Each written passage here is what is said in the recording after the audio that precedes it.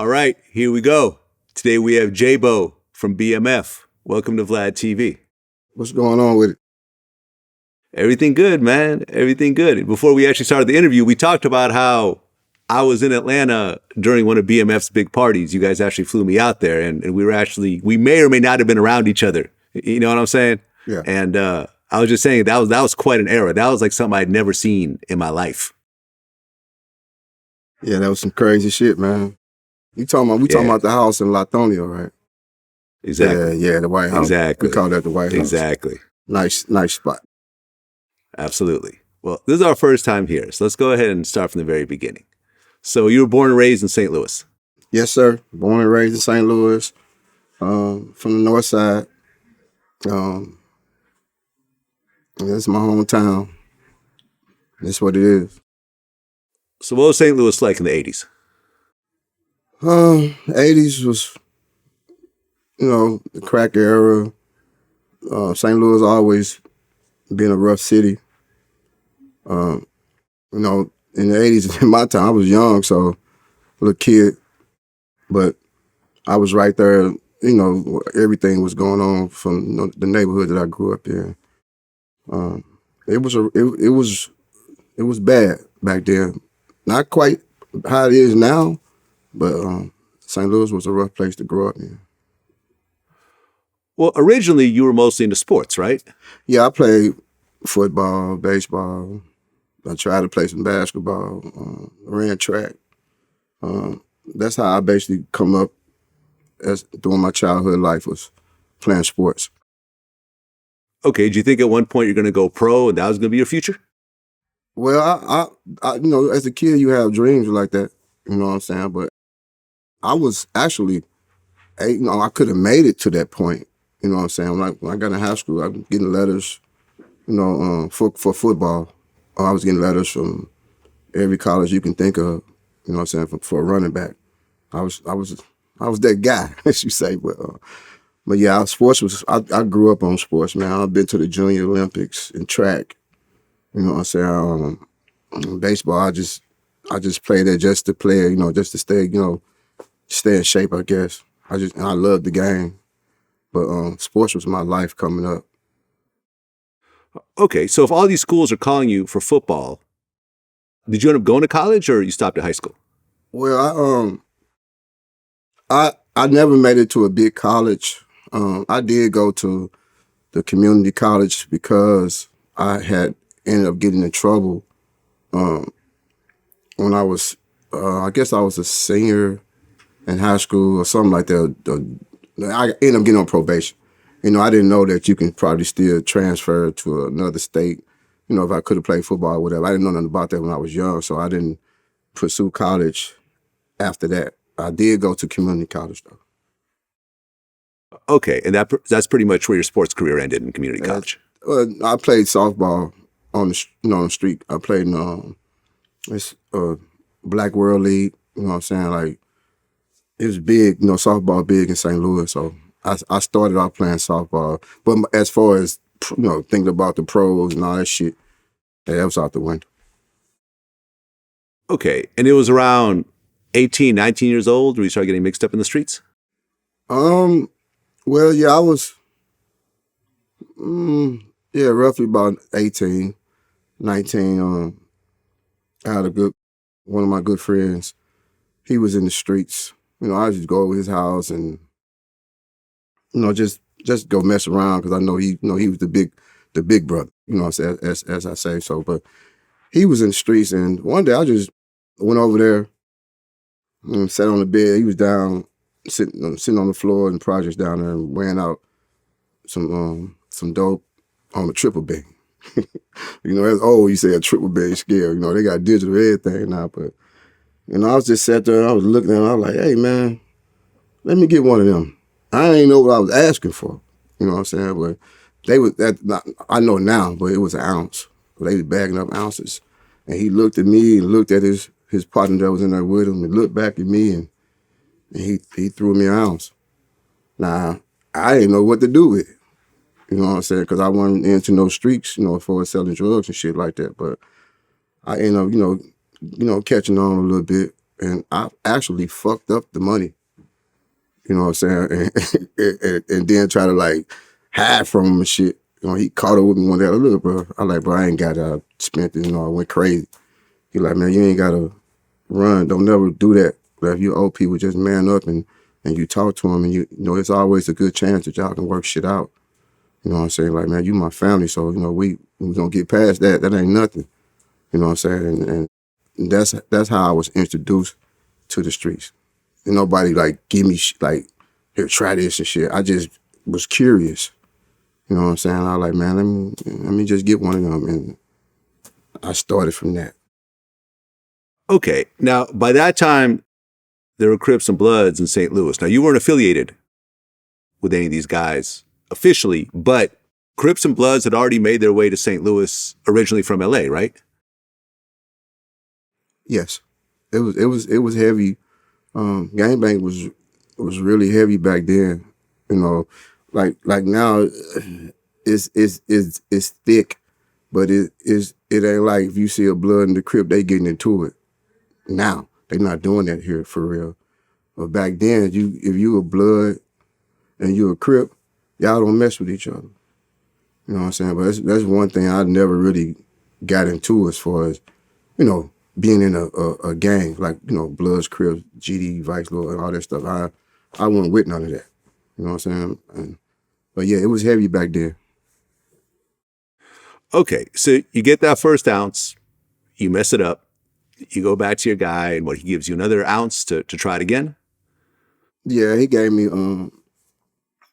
actually he gave me a couple of them, you know, and he kind of schooled me this time. Like, look, you do this, don't do this way. You know, just gave me the roots, you know, the basic training of the shit. You know what I'm saying? And like I said, I'm a fast learner, so I kind of caught on to it, and you know, it was some bumps in the road, you know, later on down the way, but it wasn't as bad as that first, you know, the first run. So he kind of like gave me the roots of it, and I just took that and, you know, just started using my ways, mixed it in with that, and that's how shit happened.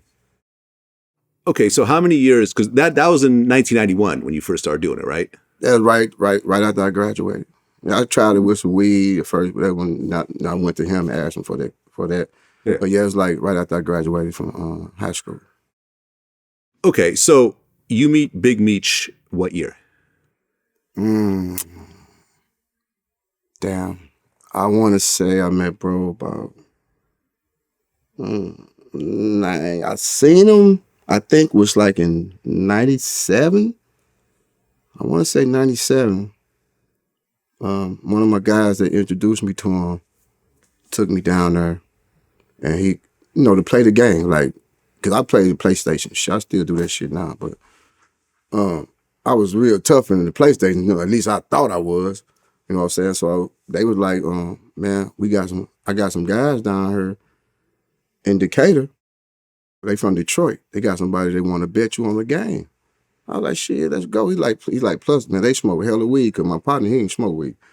I was like, oh, man, let's go. You know what I'm saying? You know, I go over there, and, man, I walk into a big-ass little house, and it's just niggas everywhere. You know what I'm saying? Like, just chilling, smoking, you know, girls there, they talking shit with each other, and everybody minding their business. I walk in, they introduce me, you know, like, what's up, and all that shit. And I was like, look, man, who I got to play in the game? Let's get to, you know, to the game and shit.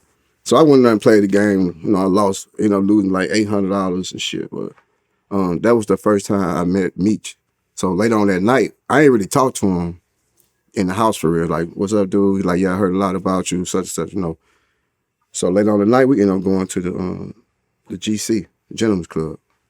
And I walked in there, man, I think I want to say Snoop Dogg was in there.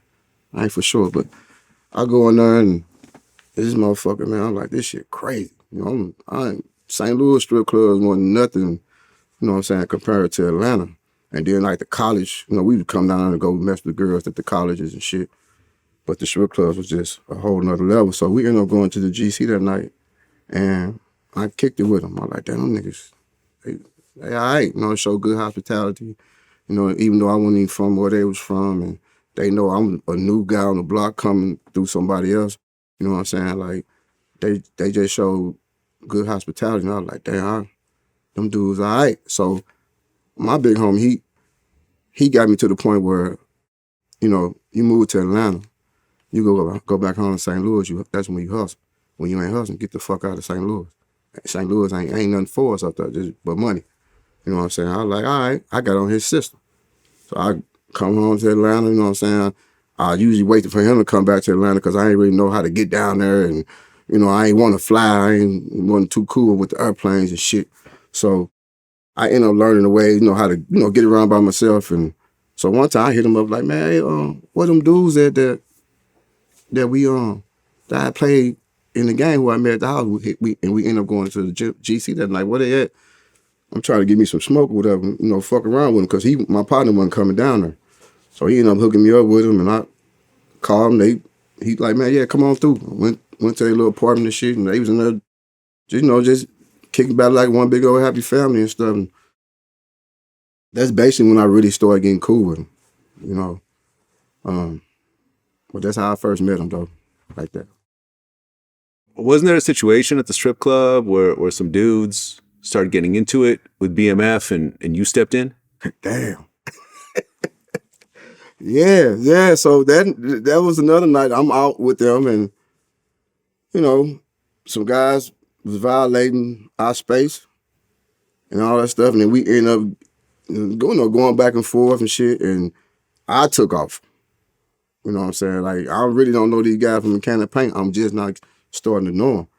And I ended up taking off, knocking the dude out, whatever, and getting all bloodied up and all that shit. And, you know, we fighting. We ended up getting off, walking down to the lot, and dude like, man, first take that shirt off. Man, somebody else gave me another shirt to put on and shit. He like, man, bro, you ain't have to do that. You know what I'm saying? Like, you know, that's what's up. We got guys, you know what I'm saying, for that type of shit.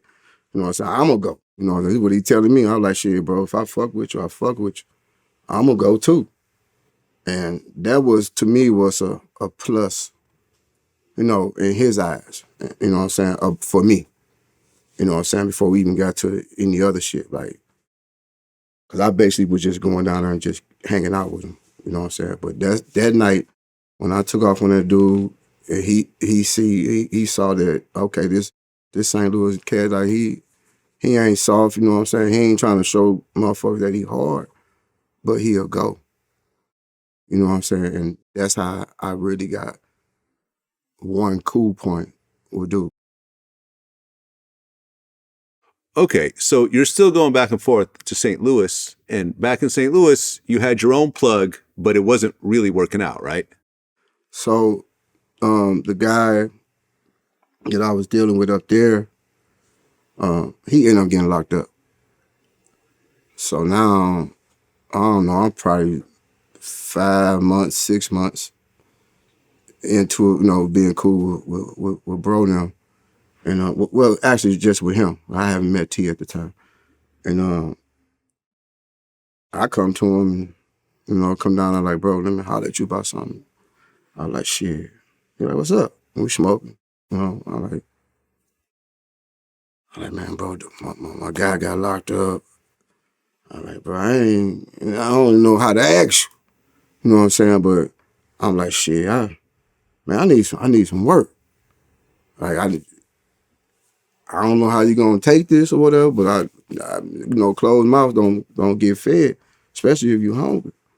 You know what I'm saying? So I like, bro, if you can help me out, you know what I'm saying? And he smoking his little blunt. He looking at me like, shh, I never thought you was gonna ask. He like, I been knew about your situation and shit. I already know, you know, how you was, you know what I'm saying, what you can do and all that. But not really what you can do, but I knew about you. You know what I'm saying? Because he was cool with the guy that introduced us to each other. So he, you know, I guess they was, you know, relying, you know, talking about me or whatever in a good way. So he like, well, just, you know, just go home, you know what I'm saying? I'll give you a call.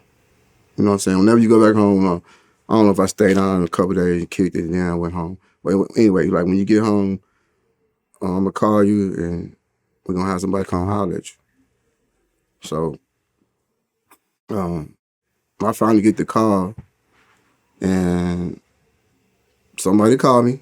Somebody called me like he said and shit. And they pulled up like he said. You know what I'm saying? And we had to, you know, break the car down to get the situations out of there. And I called him back probably about, it wasn't even 30 hours later. Like, I'm done. He said, "What'd you just say?" I said, "I'm done. Like, what you want me to do with the paper? Like, what's up?" He's like, "All right, hold on. I'm gonna call you back." Call back, you know, had the people come back, get the money, and we fixed it back up the way it's supposed to be and shit. The way they told them, I ain't know, they was telling me how to do it because we ain't never had that conversation. And sent it off. He said, "Man, you just knocked off 27 bricks." No, it was 33 bricks in less than 2 days. It was 30 something hours. He said, "Damn." He said, "All right, then, I'm saying, he's saying this, I'm like, yeah, some more cool points for me." So they saw me 27, I think, the second time. I banged them about 3 days. They like, "Look, you need to come out here. Come on, get on the plane. We're gonna come on out here to Cali, so you can talk to us and shit." So I flew out there, and I think that's when I think I met T. I ain't for sure if I met T before that or after that. But that's when I know I met Wayne. And, I started seeing the Cali guys and shit, you know what I'm saying, out there. And that's when they had stomping ground music and shit. But yeah, they had flew me out there, and we had some deep conversations and shit. And they started putting me on game on how, like, so far they like how I was, producing. And so they put me on more game about how we really supposed to do shit. You know what I'm saying? So after that, man, I think that really like solidified my spot. Not my spot with bro, but my spot as far as me getting a consistent bag from them. You know what I'm saying? So yeah, that's basically like, how that's first jumped off. Okay, so J-Bo stands for Junior Boss. Yes. So at what point did you get the title of J-Bo? Okay, so now I'm in Alpharetta. I got a big ass 3-bedroom. As a matter of fact, this is before I fly to Cali. But I had a big ass 3-bedroom apartment. It was one of them long ass 3-bedroom apartments and shit. So Meech ended up getting in, not no trouble, but had some heat from where they were staying at, over off, like up in Buckhead, kind of sort of. And I told them they can come out there and stay in my spot. He like, "Bro, I got a lot of people with me, it's a lot of us." "Bro, I don't care, man. This is my time back and forth. Yeah, this before the, this is my time back and forth to St. Louis to hustle and all that shit." So I give him a key and all that shit. He like, "Damn, bro, that's good. I mean, we appreciate you, extending your hand, letting us stay in your spot. You know what I'm saying? Like, we got you. For the spot gonna be taken care of and all that shit." I'm like, "Cool. I'm see y'all when I get back," type shit. So now I'm deep. Now we fast forward. So I'm deep into it, with him, and like we really cool now. So we riding out to Alpharetta and shit. That's when he had the white Benz, smoking.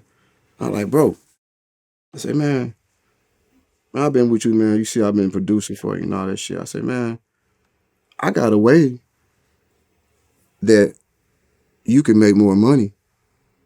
You know what I'm saying? He's like, "How is that?" I say, "Well, you know what I'm getting for mine." You know what I'm saying? I say, "What if you just make me your partner? You can get 1 or 2 points off me still, but make me your partner. So, we getting them for 15. You can give them to me for, 16, 16.5. But I want to be your partner. So I'm going to bring us back 26. You see what I'm saying? Like, he looked at me like, that man look like, hit the blunt. We rolled for about 10 minutes. He ain't say nothing. I'm like, damn, I might have fucked up, you know. He said, man, he said, know what? I like how you think. He said, that's a bet. He said, from here on out, we 50-50. Don't even worry about the little extra 1 or 2 points. You know, we're going to be 50-50 because we still getting a lot more money than I get if I was selling it just to you. You know what I'm saying? And that way we became partners. You know what I'm saying? But so we at one of our houses, everybody knows, sitting around having, you know, getting ready before we probably finna go out or some shit. Everybody sitting around smoking and drinking. And I don't know, I think he blurted out like, hey, Junior Boss. You know what I'm saying? He like, yeah, Junior Boss, J-Bo. J-Bo stand for Junior Boss. He said, from here on out, I'm calling you J-Bo. And you know everybody else follow suit. Saying, they don't want you. My name was Rap. They called me Rap back, you know, from St. Louis. They just called me just like Rap a lot, Rap. Everybody still just started calling me J-Bo. So when we go out, everybody knew me by, you know, bald head or Rap. And they hearing motherfuckers like, hey, J-Bo, hey, J-Bo. J-Bo. So, you know, they be like, who the fuck is J-Bo? They call me J-Bo now. You know what I'm saying? And that's how I became who I am. I mean, was there any sort of pushback? Because you're not a Detroit guy. You know what I'm saying? You haven't been with Meech for as long as some of his other people. Right. It wasn't, because Meech really didn't have a lot of Detroit guys around him. His Detroit partner was his partner's friends that was from another hood. You know what I'm saying? Like, of course they had people in our circle from Detroit, but a lot of them was with T. So another thing that I was really good at that he eventually found out was recruiting people. So besides the California guys, you know, Bull, Blue, and Baby Blue and all them, and probably the Alabama guys, I brought everybody else aboard. Damn near. Not everybody, but damn near everybody that was from different cities and shit. You know, even like Ills. Like, I met Ills from going to get some weed from one of his peoples, and he was in there. And you know how you get cool with somebody, then you see him out. And this was the Jersey days. So we wearing like the same jersey, and the motherfucker walk up to him like, hey, J-Bo. Or walk to Ills and like, say, hey, J-Bo, walk to me and be like, hey, IP. And we'd turn around. So we started calling us twins. Like, we was like, twin, what's up? Twin, man. Started calling each other twin and shit. You know what I'm saying? So, but I was one of the, like, a lot of guys from different cities, I kind of like brought them, not Florida, but not a lot, but 45% of the guys I brought around that was from different cities. It's just all about how you vibe with them.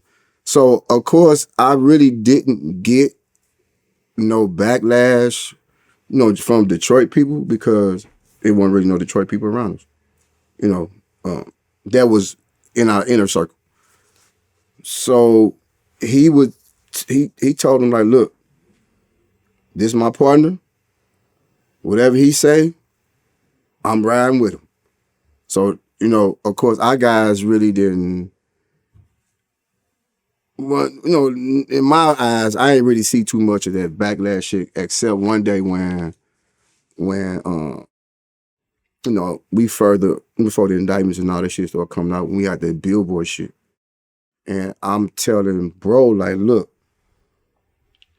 man, we putting this shit in these people's faces. We got this shit in Buckhead. We got this shit coming from the airport. You know how many people ride from the fucking airport going north, and they see this big stupid ass sign. It ain't stupid. It wasn't stupid, but to me at the time, I'm just expressing my, like, bro, we don't need it. Like, I'm like, bro, I don't want to do this music shit. Like, fuck that shit. We don't do this. Like, this gonna get us in trouble, bro. And he was like, all right, fuck it. Fuck the music shit. We ain't doing the music shit no more. J-Bo don't want to do it. I ain't doing it. So, of course, we in Miami too at the time. So the guys walking around, Blue and, the music guys. But Blue was the main one walking around, pouting, mad, you know what I'm saying? Because I don't want to do what he loved. You know what I'm saying? I seen a whole nother motherfucking picture. He wasn't seeing what I was seeing. And I gave in, about a week. We out and I just you still see the look, like you see it, like, so I like, bro, I don't want motherfuckers, being mad all at me and shit. But I really don't want to do this, man, but, cause he wanted to do the music. I like, man, if you think we can do something with this music shit, bro, I'm like, man, fuck, let the nigga do the shit. And we started back doing the music. You're now a junior boss at BMF. You're partners with Meech. You guys are building up. And Meech, in the documentary, says something interesting. He said that Detroit taught him how to play hot potato with the kilos, meaning that you get one and you get it out of there as quickly as possible. And you say how it was a revolving door. Like, you guys were working out of like 10 different cities at that point, just moving it all over the place. It wasn't just Atlanta. No, it was several cities. It wasn't 10.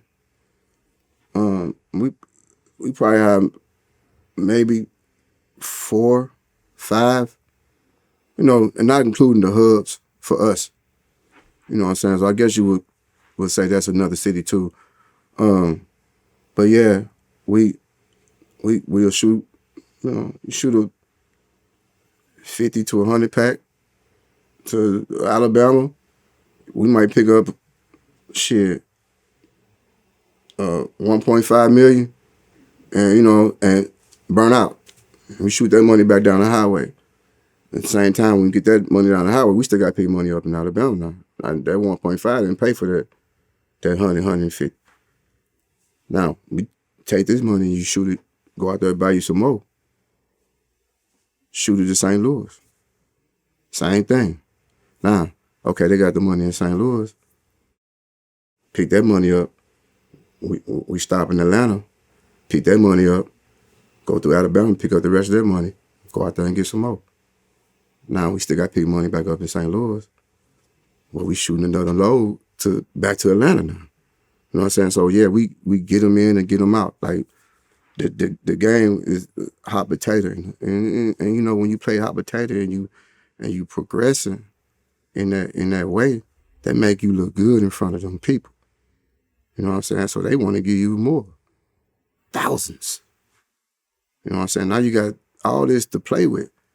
You know what I'm saying? So, and that's how we play hot potato. You get it in, you ain't got all the money, ain't there. Okay, so fucking what? Pick up what you got there. Get back out there. We trying to get by as many as we can. You know what I'm saying? Load up as many as we can. You know what I'm saying? So we can live as comfortable as possible. You know what I'm saying? Like, man, my bro always used to say one thing, bro, and I'll never, ever forget this shit. He said, I want to be a man that can buy one of everything in the world. And he was on his way to buying, he was getting one of everything. He'll get a watch that you probably ain't gonna see too many people wear. You know what I'm saying? He gonna get some jewelry. The man had 8 carat earrings, bro.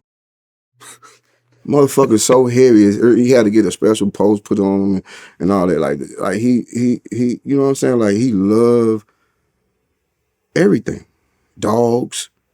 We had dogs, all different types of dogs, man. Like kind of dog with like them dogs in police. I forgot the name of that. They look like German Shepherds. I can't think of the name of them. But they are. We had it to the point where I can come home and the dog we'll open the door. The dog will go check every room. Come back, sit down. That's how we know it's cool to walk in the house. You know what I'm saying? Like, so that was stuff that he liked to buy. And it kind of rubbed off on me. You know what I'm saying? Like, I was a man who, I'm gonna ride a cool car, but I don't want no Maserati. I don't want no Bentleys and Ferraris and shit like that. He made me get that shit. Like, man, you making all this motherfucking money, bro. Like, reward yourself. Get you one of everything. So I started trying to, like, not getting on like him, but I was on that same type of thing. You know what I'm saying? So, yeah, man. You know. Yeah, I mean, I remember that when I was at Meech's house, that White House in Atlanta. I remember the one conversation we had. You know, he was kind of standing off in the corner, and he was on house arrest at the time. And I remember I looked down, and he had the Jacob with the rainbow diamonds. You know what I'm talking about? And I remember I was like, oh, is that the watch in the Pastor Cavassier video? He goes, oh yeah, Busta Rhymes got one, Puffy got one, and I got one. Yeah, that's how he was. He got big goals. You know what I'm saying? And he was a man. You sit down and talk to him, bro. Like, I mean, you talk to him. Like, you see this street guy. You know what I'm saying? Like, you got 20, 30 guys in this big ass house. Like, everybody look like they'll do something to you, but everybody is really militant type shit. But when he talk to you and shit, like, you're gonna believe that motherfucker he can make goddamn either the president we got right now and the last president and the president before that believe him if they sit down and talk to this man. Like, he got a hell of a mind, and not just him. T the same way.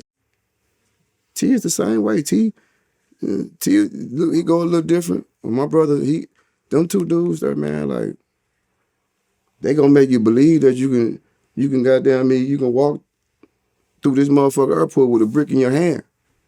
Ain't no motherfucker gonna do nothing to you. Like, they got hell of a conversation. You know what I'm saying? But great dude, man. Like they both, like, they both to me was buying one of everything, man. You know. Well, Meech at this point is based in Atlanta, and Southwest T is based in LA. So from what I understand, the cocaine would come into LA, and then he would move it to Atlanta and all the other places. Is that right? Yeah, I mean, you know, they yeah, we like I say, we was shipping them to different cities. You know, they get them, we get them in LA or, you know, wherever, Houston, wherever we at, Dallas, and we ship them out. You know what I'm saying? That was the whole. You know, it was an operation, bro. I would never think of. Like, I couldn't even think of, even with getting the spots in the cars. It was the way that the shit was how it worked and shit. It was crazy. So I man, that shit was it was a whole nother level. But yeah, they would get the shit in and ship it out to different cities, man. And that's how we move around. Well, originally you guys started using just regular cars to move it around, but then you switched to limos.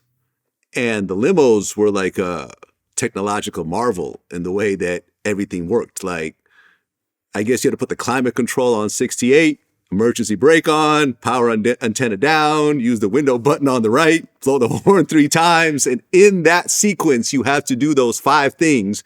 And then the compartments would open and you can get the stuff out, open up. Yeah, get the stuff out, right. We went from, you know, mechanically, like, taking a wrench to, you know, move a seat off a maximum to limos where you do all that. You got to do it within, like you say, a certain amount of time.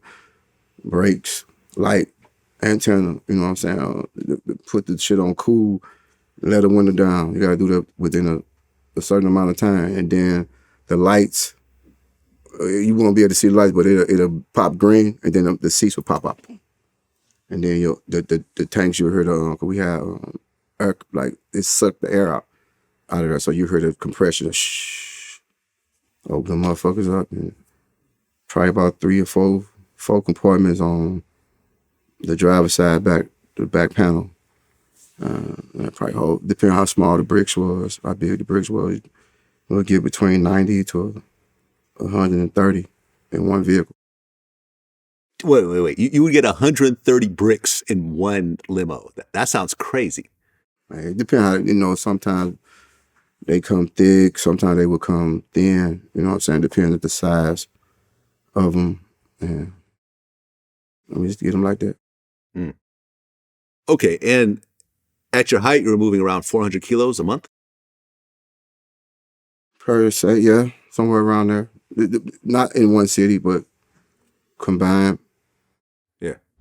When you talk about the cocaine game, there's a lot of ripoffs, lost packages, arrests, kick doors, and so forth. How would you guys handle it when you guys were generally doing stuff on consignment, right? You drop it off and then the money would come later. Yeah. So what would happen when you dropped off some kilos and the guy's like, yo, I ain't got it. This happened, that happened, I lost it, I got robbed, whatever, I don't got it. Well, you know, you have to prove it for once. You know what I'm saying? Like, if you got jammed up and shit, like, you know, there's gonna be paperwork and shit. Just like a plug would do if they got robbed, you know, we'll give you a chance to make it back up.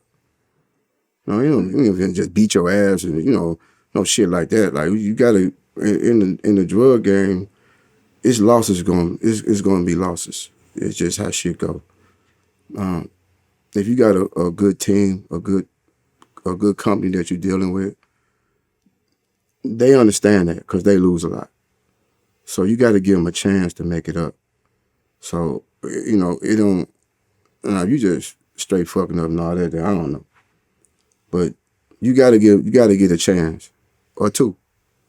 You know what I'm saying? To try to make it up. And sometimes that shit work and sometimes it don't, you know, and you just deal with it accordingly. But I mean, the thing about Meech was that, when you look at similar type crews, they're usually very violent. Like, the Italian mafia is very violent. But his thing was that he's not going to try to lead with violence the way that other organizations did, right? Right. He was a guy just like me. He's going to try to see like what's going on type shit or try to stop it before anything. You know what I'm saying? Like, when we used to get into it with people down, wherever we at, it wasn't never our fault. Like, we never, because when we party together, we get in our corner, we get our crew. It can be 100 people over there in that corner. So, of course, me and bro gonna be probably close to the back. You know what I'm saying? Like, or in the middle. You know what I'm saying? Like, if a motherfucker coming there and violate a girl or say something crazy, and you coming to our circle. You don't broke the barrier. 40, 60 people back, you know what I'm saying? You coming to our circle. Then we gonna beat your ass. Like, it's just how it was. But it rarely was stuff like that. You know what I'm saying? Because everybody we was cool with. We, even with people that we was cool with, it was probably some people that didn't like us that was in their crew. You know what I'm saying? But even guys we don't got into it with, like, we end up getting cool after that. You know what I'm saying? Because it was 98% wasn't our fault. You know what I'm saying? But that's how that, how that shit like that go, how it went back in our days. So it never was just like, one of our guys just jump out there and get on the motherfucker ass for, because he looked at his girl. Nah. Every time we had to demonstrate on a motherfucker, it's because they walked in our inner circle and violated something in that circle. I don't give a fuck if you was a NFL player to a street guy. If you come in that circle and you don't respect what's over there, you're gonna get it. So, and that's how it was. We weren't going out trying to find niggas to fight and or get into a shootouts with motherfuckers. We weren't really on that shit. Meech don't like having 100 gangsters with him. You know what I'm saying? Because you got 100 gangsters with you, then you got to watch all them motherfuckers. Because they too tough. Everybody want, the fighters and all that shit. You know what I'm saying? And people probably didn't know that, but he didn't like all that shit. You know what I'm saying? Like, man, we gonna keep some people around us that know how to think. You're going to have some knuckleheads. It's always going to be knuckleheads in your crew. But, man, half to 60% of us was thinkers. You know what I'm saying? So we rarely got into it with people, but we did get into it with people. But it wasn't because it was something that we did wrong. Well, Meech started to call himself the Black Pablo Escobar. I think I was gone. Because I never really, that's some new shit to me. I can't really speak on the Black Pablo Escobar because he never talked like that around me. You know what I'm saying? Like I ain't never, ever heard it. I heard it on one of them videos or whatever, but he wasn't really talking like that when I was around. I think I was on that fake ID shit. I think I was gone already when he started. That was coming to the end, I think. Okay. Well, but at some point, BMF essentially became the biggest drug dealers in America. I mean, when you know what I'm saying? So here you are, second in command of something this big. I mean, did that really kind of get in your mind? Like, yo, we're really the biggest drug dealers in the whole U.S. now. But you got to understand, how would you know that? Like we didn't know. We just was doing what we do. You see what I'm saying? Like, I know we can move. We was doing that. But, you know, you don't hear this from your line, like, man, y'all pushing way more than anybody. You ain't gonna hear that. Because, you know, I ain't heard it. I know we was getting down. I know we was getting down. But I really didn't know that we was at that point. You know, I knew we was that crew, but I didn't know that, you know, for a number, because there's people that's out here moving, man, you wouldn't even know it. You know what I'm saying? He can have a suit on, you know what I'm saying, and be moving thousands of them. But I didn't know, but yeah, so I didn't know how, I mean, I just knew we was doing what we was supposed to do. The shit felt like it was legal. I ain't gonna lie to you. I'm like, man, this shit is crazy, man. This shit, like, we ain't getting nothing. You know what I'm saying? And it got to the point where it was scary then, you know, but, you know, we started seeing later on. Yeah. You know what I'm saying? How shit started changing up on us and shit. But. Well, I did an interview with Brandy Davis, who was in a relationship with Magic. Who was also from St. Louis. So were you guys close? Yeah. Yeah, man, Wani, we was he used to call me Killer Weezy. Killer Weezy. I was like, he talk real smooth, like real calm, and yeah, I sure hate Magic past though. But yeah, Magic was tight. We was tight, you know what I'm saying? That was my guy. Yeah. Okay. And I'll get into his story a little bit later as well. So here you are, you guys are doing what you're doing, but the partying that you guys started to do was on a completely different level than any celebrity. Like, you guys would spend $100,000 in a club in a single night.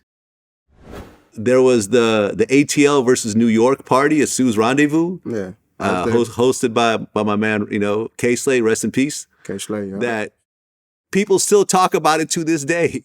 No. You want me to talk about that? Yeah. I unfortunately was not there. I wish I was there. Man, yeah, that's Sue's Rendezvous, man. Like, jeez. We got Atlanta versus New York, stripper girls versus the stripper girls. That's what it's about. It was a strip club, so. Bro, and I tell you that down there, every stripper in this motherfucker was bad. Like, you couldn't go wrong with any one of them motherfuckers. And them was from the New York side. So, you know, we got to bring our little crew up there from Atlanta and shit. They was bad. But man, listen, when I tell you, man, like, when that night was down and when it was over, and shit, it felt like you walking on a pillow pillow top. Felt like you walking on a pillow top mattress, bro. When all the money, you know what I'm saying, all the money that was thrown on that bitch, man, it was just, I don't even know who won that night. I think we won. I don't know. I think Atlanta took them down. They weren't ready for that southern pole shaking. You know what I'm saying? But them girls, they was getting down too though. But yeah, that night, man, it was epic, bro. You couldn't even move in that motherfucker. I remember there was a clip. I don't think it was from that night, but it was just you guys partying, and you guys were basically chanting, "Coming to a camera near you, death before dishonor, the greatest show on earth." So we from us just hustling in the streets, we always used to, say a BMF prayer, I guess. And before we drink. So we all, we don't nobody take a drink or nothing before. And we started doing this in the house. We pour our shots and shit, and Meech was like, look, man, I want everybody to put their glasses up. You know what I'm saying? Don't drink nothing yet. We gotta, bless ourselves for even just being here. You know what I'm saying? We know what we're doing. We try to, keep the violence to a minimum and all that shit. But he came up with the saying. You know what I'm saying? I got it tatted on my wrist. It's just a blessing to all of us before we drink up and stuff. So, and it's like, let no man separate what we created from every hood to Hollywood, coming to a ghetto near you, death before dishonor. Death before dishonor. And after us, there'll be no others. And if it is, we got them. You know what I'm saying? So it's been a long time. Haven't really been no others. You know what I'm saying? I got to give it, not for, not on no underworld shit, but like the closest to a crew that I see that's doing it big like we was, is, 4PF now. On a good side, not on no hustling side. No, I don't know nothing about that if they did that shit, but Lil Baby them and, Future them and they little crew, everybody iced up and shit. We all used to be like that back in the day. That's the crew that I see as far as how we used to move. They move kind of sort of like we do too. So, but yeah, it definitely wasn't no others until nephew them blew up. You know what I'm saying? So, and now my nephew, he's definitely doing it in a excellent way. You know what I'm saying? Had a few little bumps in the road, but he got past that. But he's doing. His daddy is so proud of him, man. Like I'm proud of him. Like he doing what he's supposed to be doing right now. Well, at one point, Meech launched BMF Entertainment, the music label, as well as Juice Magazine. Mm-hmm. Blue Da Vinci was the only artist on BMF Entertainment, but Jeezy was closely affiliated with you guys. Mm-hmm. Yeah, Jeezy. Go ahead. I'm sorry. Well, I was just going to ask, what was your relationship with Jeezy? Because it seemed like the two of you guys were close. Well, man, Jeezy come around. I think him and Blue had ended up getting cool first, and he started coming around us. We was doing songs with him and shit, and Meech kind of took a real good, strong liking to Jeezy because he liked how his music was, the type of music that he liked the vibe to and stuff. I ended up getting cool with Jeezy. I don't know, just from being around us. I mean, him got real tight. He used to always come pick me up when he had a little Grand Prix. He had a Grand Prix and he probably got 30 Lamborghinis right now. But yeah, he had a little Grand Prix, man. He'd come pick me up in the Grand Prix or either that Harley Davidson truck, he's a two-door back in the day. And he used to let me listen to his music. And we'd bust corners or, go get something to eat or shit. And he like, man, bro, what you think about this right here? And I'm like, yeah, that shit hard. And I started like taking a liking to his ad-libs. That, oh yeah, all this stuff he be saying and stuff. So I say, hey man, you need to say more of that. Like that shit right there, man, it's just doing something to me. You know what I'm saying? Like, I love music. That's why, you come pick me up, we vibe off your music. them ad-libs you saying, bro, you need to keep saying that shit. And I guess he listened to me. You know what I'm saying? Because he said it all the time. He still say it to this day. His ad-libs making, to me, it was making the songs, the type of vibe he was making back then, them ad-lib was fitting right in and shit. And that's how, man, he's always just come fuck with me like, oh, man, like, man, listen to this shit, man. And that's how me and him really got kind of close, you know. I mean, I remember in the documentary, 2 Chainz said that he was in Magic City one night, and Big Meech paid the DJ at the club to play Jeezy featuring Bun B, Money Over Here, 7 times in a row. Back to back to back to back to back. And we kept playing that motherfucker. We kept playing that motherfucker, man. And not even just that song, like all his records. Every time we come in Magic City, or every time we go to Pinups or Strokers, or, you know, all the strip clubs we used to hit, you know what I'm saying? Bro was paying the DJs to bump bro music. And I really believe that that's how everybody caught a vibe with him. And he you know, got the attention of Puff, you know what I'm saying? You know, Coach K, all of us was, you know, back then it was together, and he just took off from there. Yeah, no, I remember that first Jeezy mixtape was just like, you know, when it hit, everyone just stopped and was like, who is this guy? Because it was so different and it was so like authentic that, and it was just different than a lot of Atlanta shit. You know what I mean? It was just kind of unique. And, you know, Boys in the Hood, I remember I did some interviews around them when they were doing that stuff. But then when he hit as a solo artist and dropped a solo album, it was crazy. And I remember I was watching this interview with Benny Boom, because I guess Benny Boom did one of his first videos, and he was saying how Jay-Z was there. He pulled up in his Maybach, and he had like, you know, one of the first Maybachs. But then Meech, and I don't know if you were there or not, but he said Meech pulled up in 2 Maybachs. Yeah, I don't think I was at that video. Is that when they went to New York? I think so, yeah. Yeah, I wasn't at that video. That was the video where they did they mimicked what's the movie with Cameron, Paid in Full. Yeah. They mimicked Paid in Full. They was all up in New York. Yeah, I wasn't at that. I don't know what happened up there. I kind of heard about the Maybach situations though.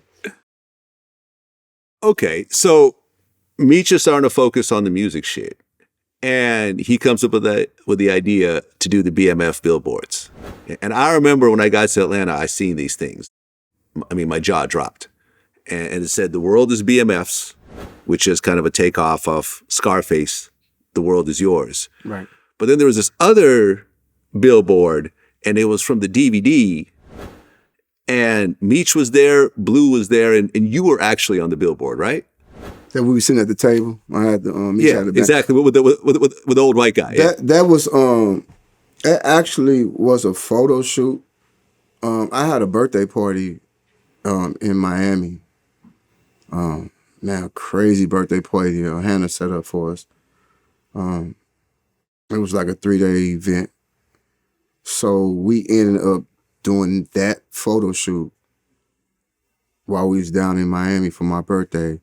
To make it, you know, to let people know like this label is for real. So it was making us look like we was signing a deal. You know what I'm saying? So that was the whole look of that particular photo shoot. To, you know, once we put the pictures out or whatever, to make it look like that we're a legitimate label and we're trying to get these other big labels to come talk to us. So that was the whole thing of that particular billboard. Did you know that your face was about to be on a billboard in Atlanta? I didn't know before it actually happened. I didn't know. But once I found out, I found out the reason behind it. Like I said, I didn't like the billboards. I was opposed to that shit because I knew what was at stake, and it wouldn't look good for us to smack these the feds, in the face, telling them, fuck y'all. We running this shit. That's what I got from the billboards. I wasn't getting, we trying to promote our label. I got that from that one particular one with my face on there.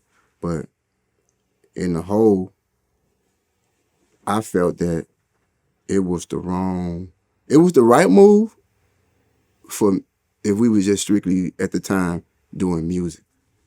It was the wrong move because at that time, motherfuckers, they already know that we, they getting wind of shit.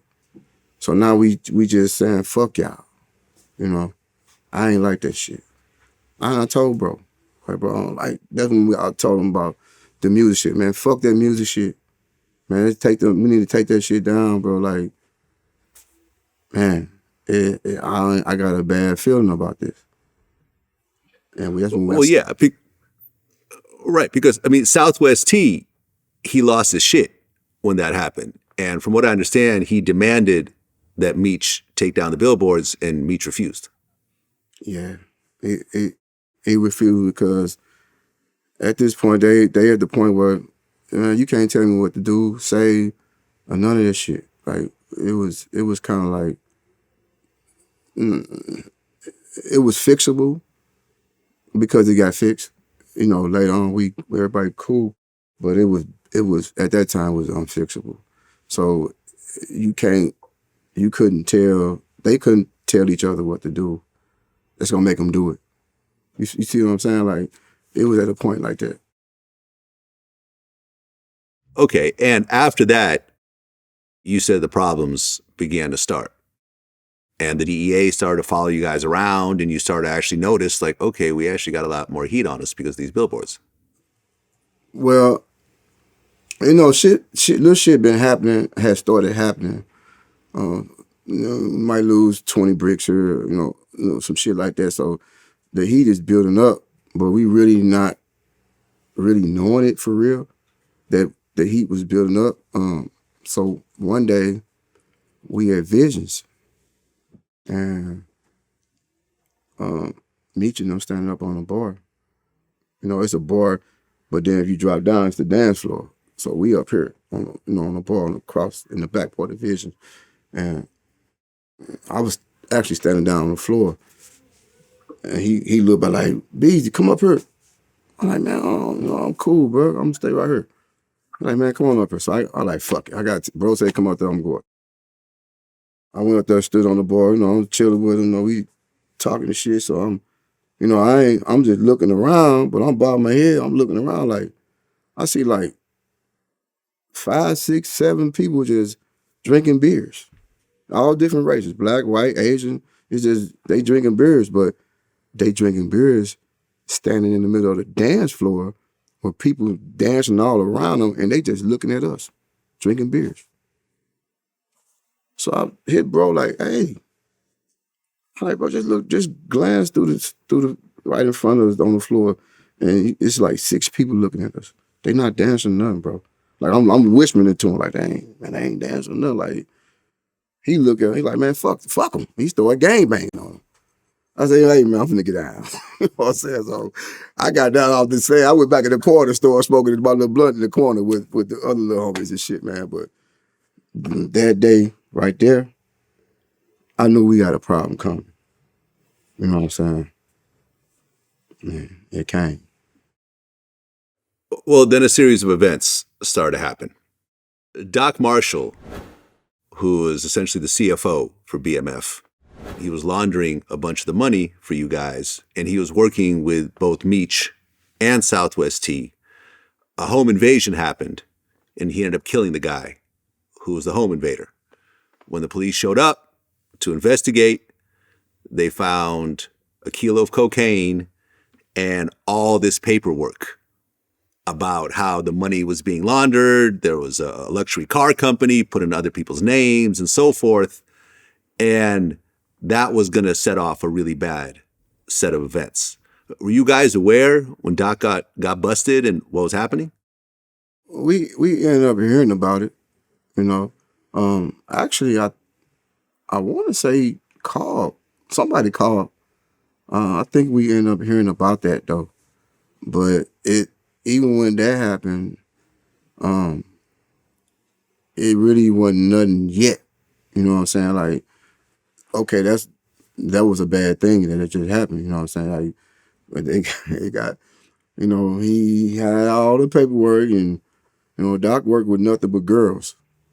You know what I'm saying? So you got all them girls, and it just like if you was a thinker, like if you had ESP or some shit like that, you would have backed up away from Doc because you got a bad formula. To me, it was a bad formula with working with all them girls like that.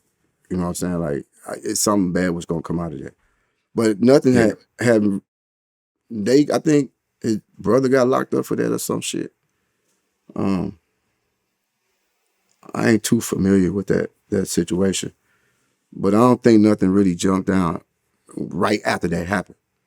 Yeah. Not yet. Not yet. Not yet. And then there was a situation at Club Chaos. So you guys were hanging out. Were you actually there that night or no? No, I was in St. Louis. No. Okay. So Meech was there. His bodyguard was there. And I'm sure some other people were there as Shit well. with Wolf. Yeah. Yeah. Now, Go ahead. well, so Wolf was at the club, and Meech was cool with Wolf because he was cool with Puffy, and Wolf was Puffy's main bodyguard. Wolf also had a reputation, that he had killed one of Suge's close friends, Big Jake, in 1995 in Atlanta. Ultimately, that's still unsolved, but that was the reputation at the time. And I guess Wolf's ex-girlfriend, I guess her name was China, was hanging out with Meech, and Wolf, how you're talking about, violating the inner circle, he kind of pushed through everyone and kind of mushed her in the face in front of Meech. Yeah, like I said, I wasn't there that night. I heard bits and pieces of it. I think bro was like, man, we're not gonna let you do that shit. Like, not right here, bro. Not in front of all these people and all that shit. And I think Wolf and his cousin left out, and when they came outside, they said he got the shooting, and unfortunately he lost his life. But yeah, I don't know too much about that. Right. Well, Wolf and his friend Riz were out there. From what I understand, they were leaning up against Meech's car as a sign of disrespect. And then when they came outside, Wolf and them started shooting first. There was return fire. Something like 50 shots went off. Meech got shot in the ass. Yeah, and Wolf and Riz ended up losing their life. Wolf and Riz ended up dead. So go ahead. Well, when Meech got back to the house, he realized he'd been shot. So he checks himself into the hospital. Police connect the dots, and suddenly Meech is now charged with double murder. Yeah, unfortunately, man, I just even hate that shit happened like that because everybody was cool. You know what I'm saying? I don't know how they lost their lives. You know what I'm saying? Like, but shots was returned. You know what I'm saying? But yeah, bro, they say he ended up going to the house, and he, like, damn, my ass itching or some shit like that, and he fell back there and he had blood. So they took him to the hospital, and they eventually came. The detective, they're gonna come talk to him when somebody gets shot. Anyway, so when they came and talked to him, I guess they ended up charging him with that because of who he was and because of the whole investigation situation. You know what I'm saying? So Right. So now Meech is charged with a double murder, but he's out on bond and he's on house arrest. So now he's at the house, at the White House in Atlanta. And the house was actually in Southwest T's name, from what I understand. that's not true. No? Okay. No, he ended up going to his sister's house in Snellville. Okay. It was over there by Strokers. Is that Strokers off of 67? It's on 285. Strokers just right. I think that's Strokers.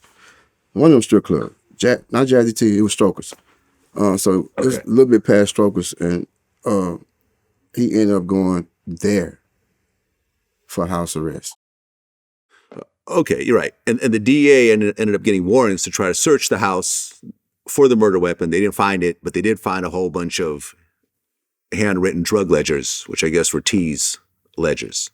I think it's, you know, you got some stuff crossed. But yeah, when they did go in there, they did find the ledgers. I don't know. I want to say it was from T. I don't know for sure. But they did find some ledgers and shit in there. Got it. Okay, and it was around that time, you know, I was a big mixtape DJ. I just dropped the Tupac Rap Phenomenon mixtape. It was like the biggest mixtape, in the world at that point. And I think Blue Da Vinci was a fan of this mixtape. So me and a bunch of other New York DJs were flown out to Atlanta, and I got to see all this firsthand. I got to see the billboards. I was invited to the party with the BMF ice sculptures. I drank Cristal for the first time. You guys were handing out Cristal bottles like they were flyers. Was this Meech's birthday? I don't think so. And one boy, the giraffes and. No. That was a different party. Okay. Right. No, it was. There was a bunch of girls with like body paint, but it wasn't like the animals and all that. That was, I think, a different party.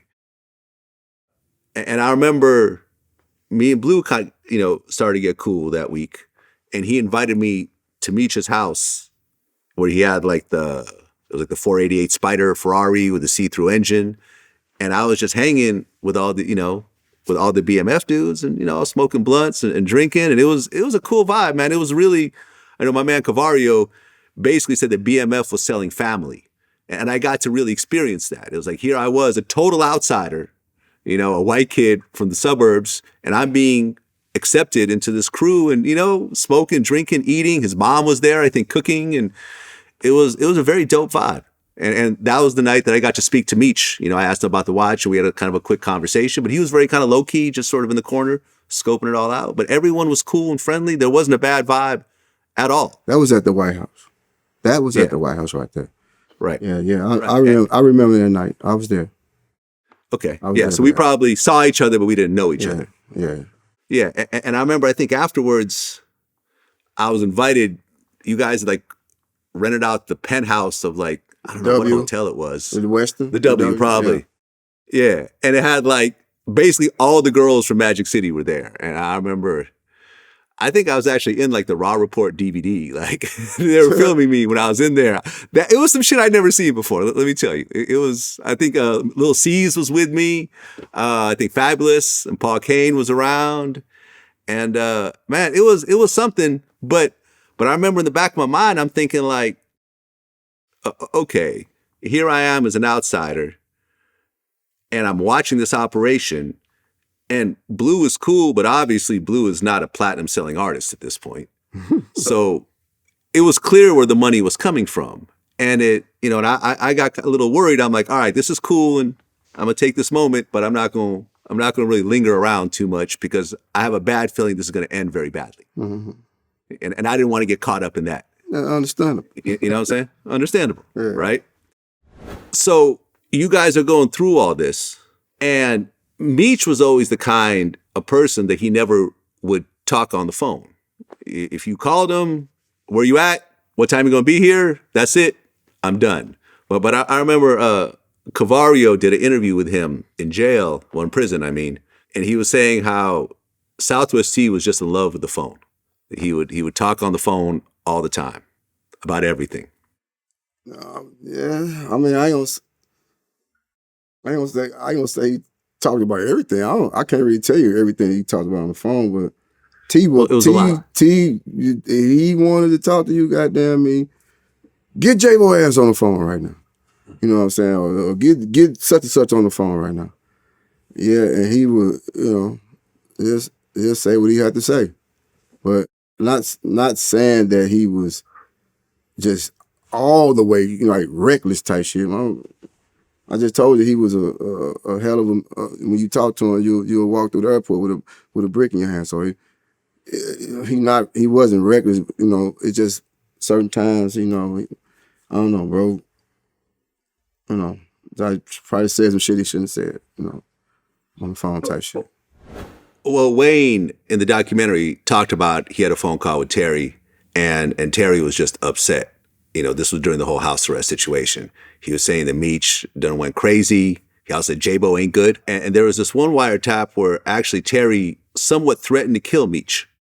They played the tape back. We heard T talking to his family, his mom and his sister, them on the phone, and he was talking about, you know, having dude, you know, put down his brother. That hurt his heart, man. He couldn't believe his brother would say that.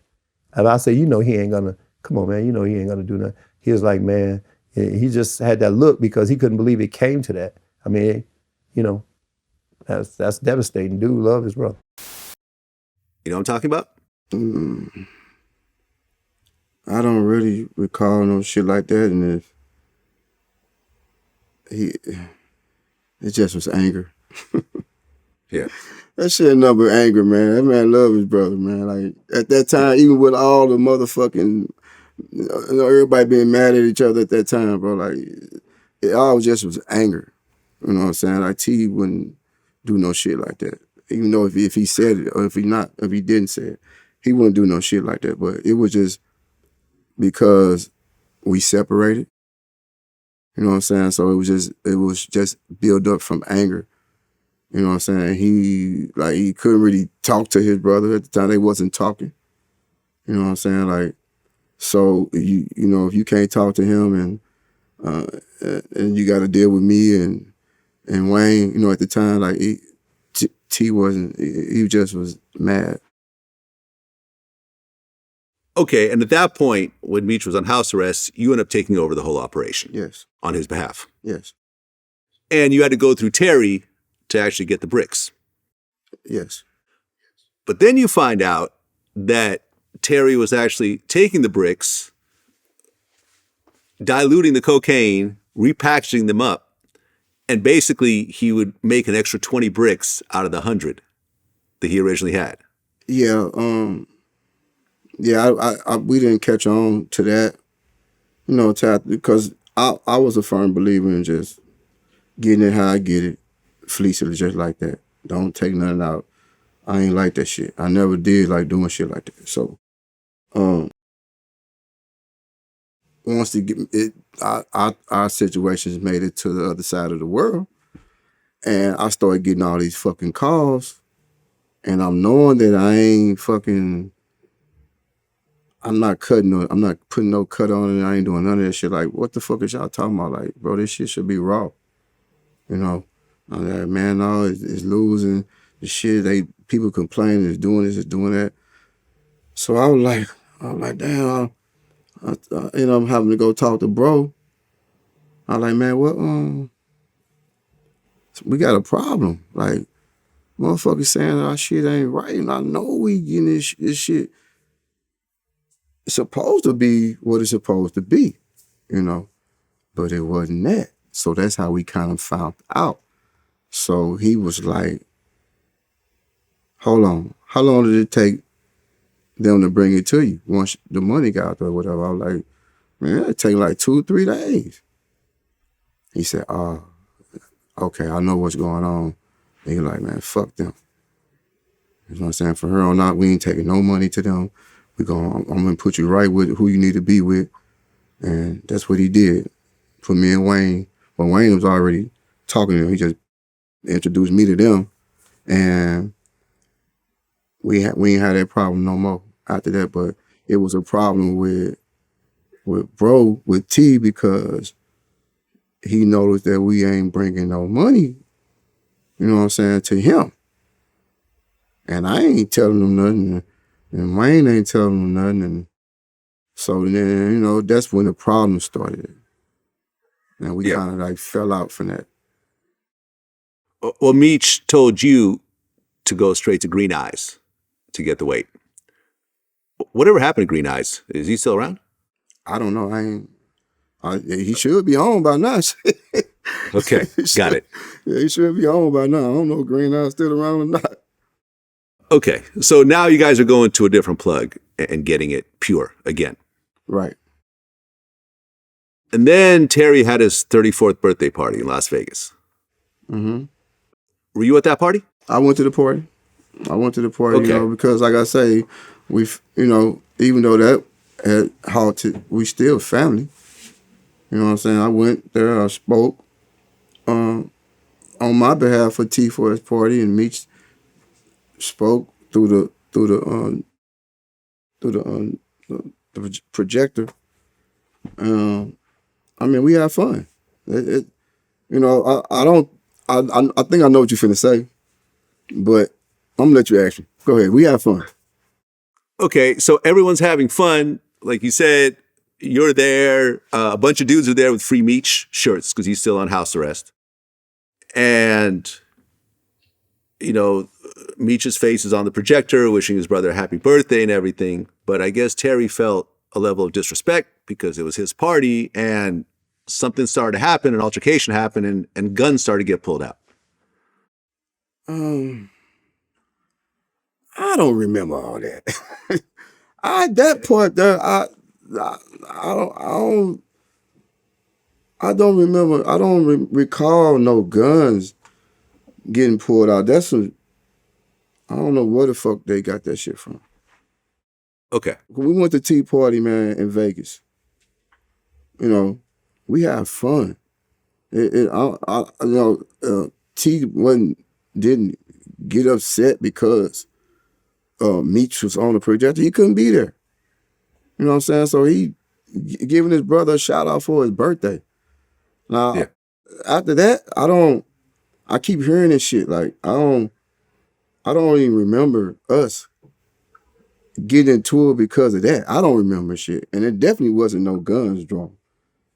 Okay, fair enough. Yeah. I mean, the documentary said that, but who knows? Maybe that information is wrong. Fair enough. Well, the charges ended up getting dropped against Meech. No one wanted to testify. He had no gun residue on his hand. So they had to drop the charges. They cut off the ankle bracelet. So now Meech is finally free again. And to celebrate his freedom, and I remember Jeezy talked about this in one of our interviews.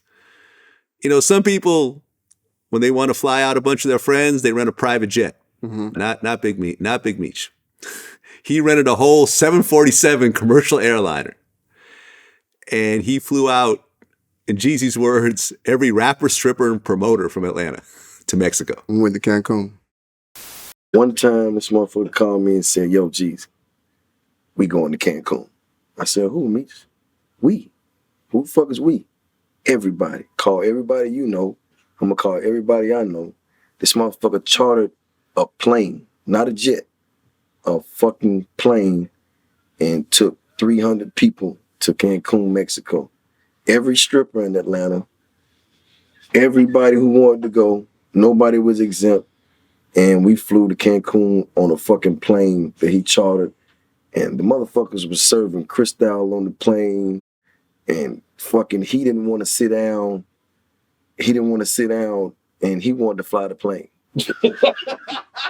No, straight up. The pilot was like, "We're going to turn around and go back to America if you guys don't sit down." And his whole thing is, "I paid for this motherfucker. I want to fly it."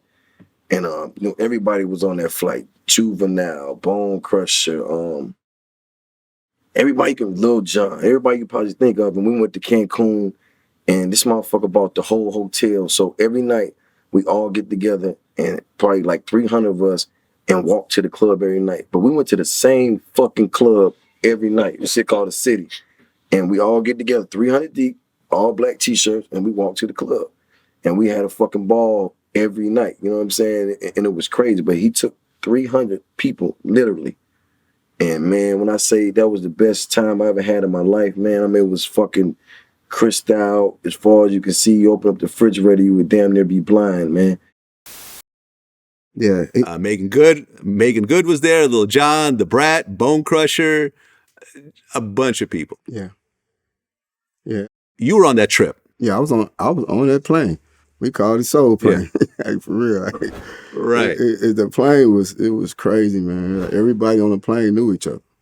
Like, it was, we partied on the plane. Like, you know what I'm saying? Like, going to there. And it was so the crazy thing about it is Meech didn't.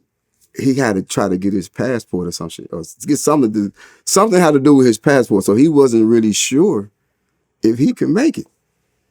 But he ended up coming, man, and man, we had a blast.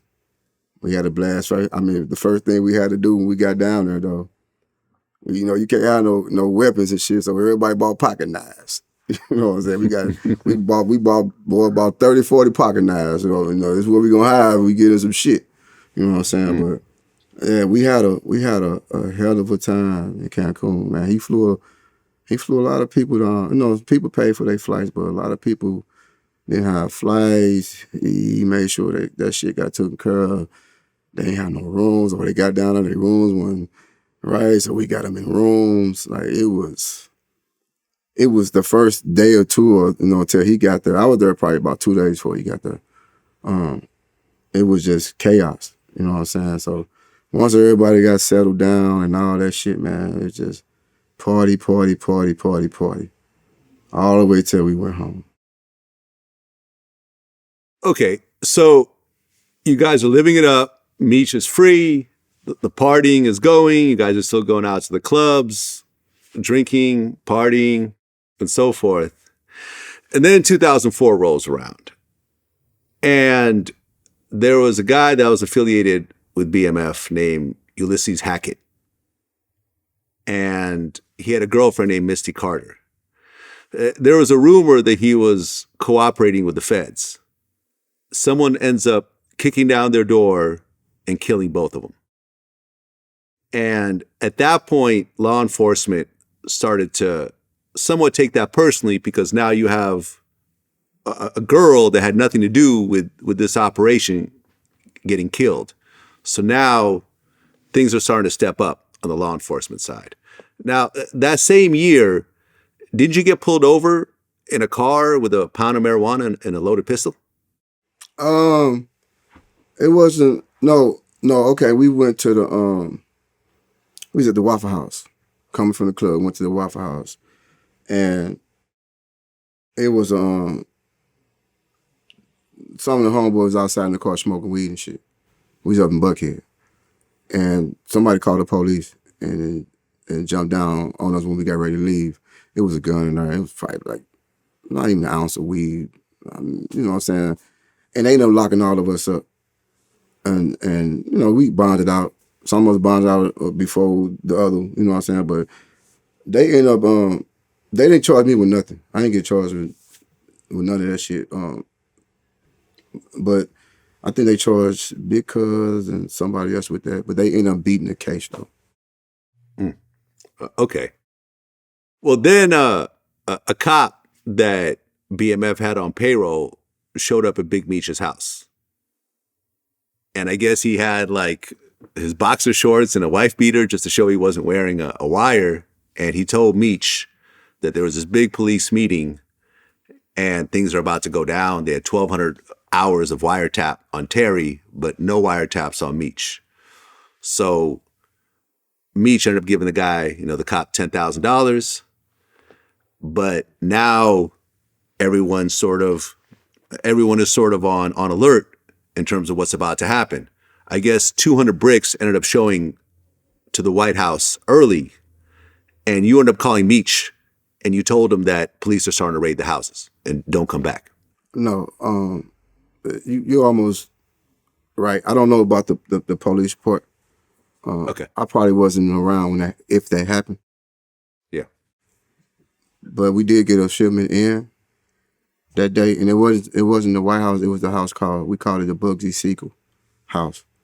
So,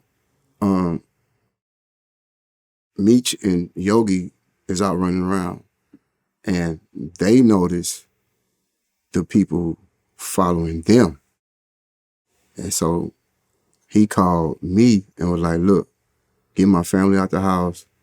Everybody just leave. They own me."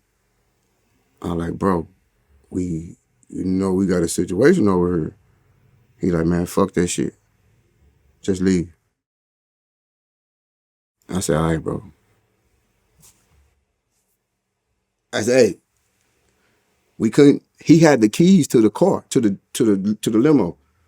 So, and it was a car parked in front of the limo, so we couldn't move the limo. We had an extra set of keys.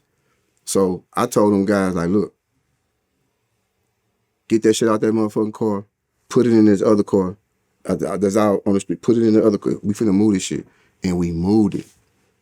Right after we moved the shit, we moved everything except a pound of weed, the weed we were smoking on. Right after we moved it, I think a couple of hours later, they raided that motherfucker. You know what I'm saying? And with my thinking, I kind of like saved us a little bit. You know what I'm saying? Cause we got that shit from over there. You know what I'm saying? So they was on point. They was on point. They had us. But if I'd have listened to bro, it really would have been fucked up. And we ended up getting, moving the situations from over there and shit. But they ended up touring, everything that was there and shit. Took the cars and the trucks and shit. Actually, the limousine that they took, that Hummer, we had money in there and guns. And that's the Hummer that coincidentally they just go back 8-9 years later and find it, and the money and shit still in there. Okay, and at that point, Meech and some of the BMF dudes ends up moving to Miami. Yeah, I think we started going down to Miami after that. Meech was in Fort Lauderdale, and we actually had a mansion that we used to rent from this super. I want to say he was a super producer or some shit. I don't even know the name, but the house was nice. It was in the Coral Gables, so we was staying there renting that house, $30,000 a month. Meech had his family up in Fort Lauderdale, or we might have an Airbnb, a rental house. They weren't call it Airbnb back then, but just a house they just rent out, a vacation house that we used to rent out down on South Beach. We'd be there. Well, one of the guys in BMF, O-Dog, young Jeezy actually mentions him in the song Air Forces. He said, and you already know, dog, 745s back to back, me and O-Dog. You knew O-Dog. Yeah. You guys were close? It was cool, you know what I'm saying? He was always cool, Yeah. It's just, had an attitude, you know what I'm saying? He liked to, he liked to fight women. We used to always have to stop him from, trying to beat on his girl, shit like that. But, in the whole, was cool. Always doing what he was supposed to do, you know what I'm saying? Just, other shit happened when it got bad, you know what I'm saying? Right. Because O-Dog ended up getting arrested with a bunch of drugs, and he actually started to cooperate against Big Meech. He actually told the authorities that he got his cocaine from Meech. And this was somewhat of a breaking point in the investigation, because now they finally linked a high-level BMF guy to the boss of BMF. Later on, when you found out that O-Dog, someone who you were cool with, did that, like he was the first person to really cooperate on that level, what'd you think? So I got I don't know, somebody sent me a printout of an article with where he was talking to the either the state or the feds. I don't know which authorities he was talking to at the time. And it was saying what you said, like, Meech would, how you go pick up, 50 bricks, 30 bricks, whatever. And he said, who would you go meet? Where would you go meet him at? I would go meet him at this place called The Gate. Who would you receive him from? And he mentioned my name. You know what I'm saying? So when I've read that, I was in the county jail in Detroit. When I read that, I hurried up and wrote Meech. Oh, hold on. No, I get a letter from Blue in the county jail. And I'm happy to, get a letter from him and shit like that. I ain't heard from him, since the situations and shit. And, he just, telling me what's going on. He's like, hold on, somebody wanna holler at you. Now, mind you, I already know about O-Dog. So when, on the letter, it's like, what's up, Chad? He'll call me with my real name, playing with me and shit. Like, what's up, Chad? What's going on, man? Just O-Dog, just hollering at you, bro. Keep your head up type shit. So I was like, oh my fucking God. I was like, damn, I know O told on me. And dude, I'm not done. I know the system a little bit. If you're telling, you're not supposed to be with somebody that's not telling on the same case. What the fuck am I getting a letter from Blue and he in the same unit with O-Dog? So I heard up and wrote, bruh, long, man, what the fuck Blue doing in the county jail with O-Dog? They shouldn't be together, bro. Period. You know what I'm saying? Like, I was happy hearing from him, but then when I got to the end of the letter, and the PS shit, and I see him writing me, I'm like, nah, man, this can't. But fuck that. I wrote, bro, he ain't supposed to be with him. Like, what the fuck is he doing with this dude, bro? Like, dude told him this. I think I even sent him the article that I had. You know what I'm saying? And that was my suspicions. I didn't really want to talk to O. You know what I'm saying? I wasn't gonna talk to him on the phone, but if I talked to him on the phone, I wouldn't even got on the phone. In fact, I probably would have hung up the phone because I'm mad at Blue now. I'm saying, like, what the fuck is you with this nigga for? But that was the thing. Oh, I found that shit out about him. I was like, shit, I'm cool on him. You know what I'm saying? Now you don't tell on your boy. You know what I'm saying? What the fuck? Because I was taught different. Bro. I was taught, like, where I come up from, like, motherfuckers, they tell you, like, man, you don't run your mouth. You know what I'm saying? Like, if you get caught, shut the fuck up. Don't say nothing, man. We gonna get you a lawyer type shit. This the shit how I was taught. Like, I just live by them rules. You know what I'm saying? Like, motherfuckers, when I got locked up and shit, and you were here, when I heard from people, or I used to get letters in prison, like, man, that's what's up, man. You stand up type of guy and all that shit. Well, in my motherfucking eyes, I ain't having no other way. Because that's how I was taught. And I felt that at the time, we had a crew that felt the same motherfucking way that I felt.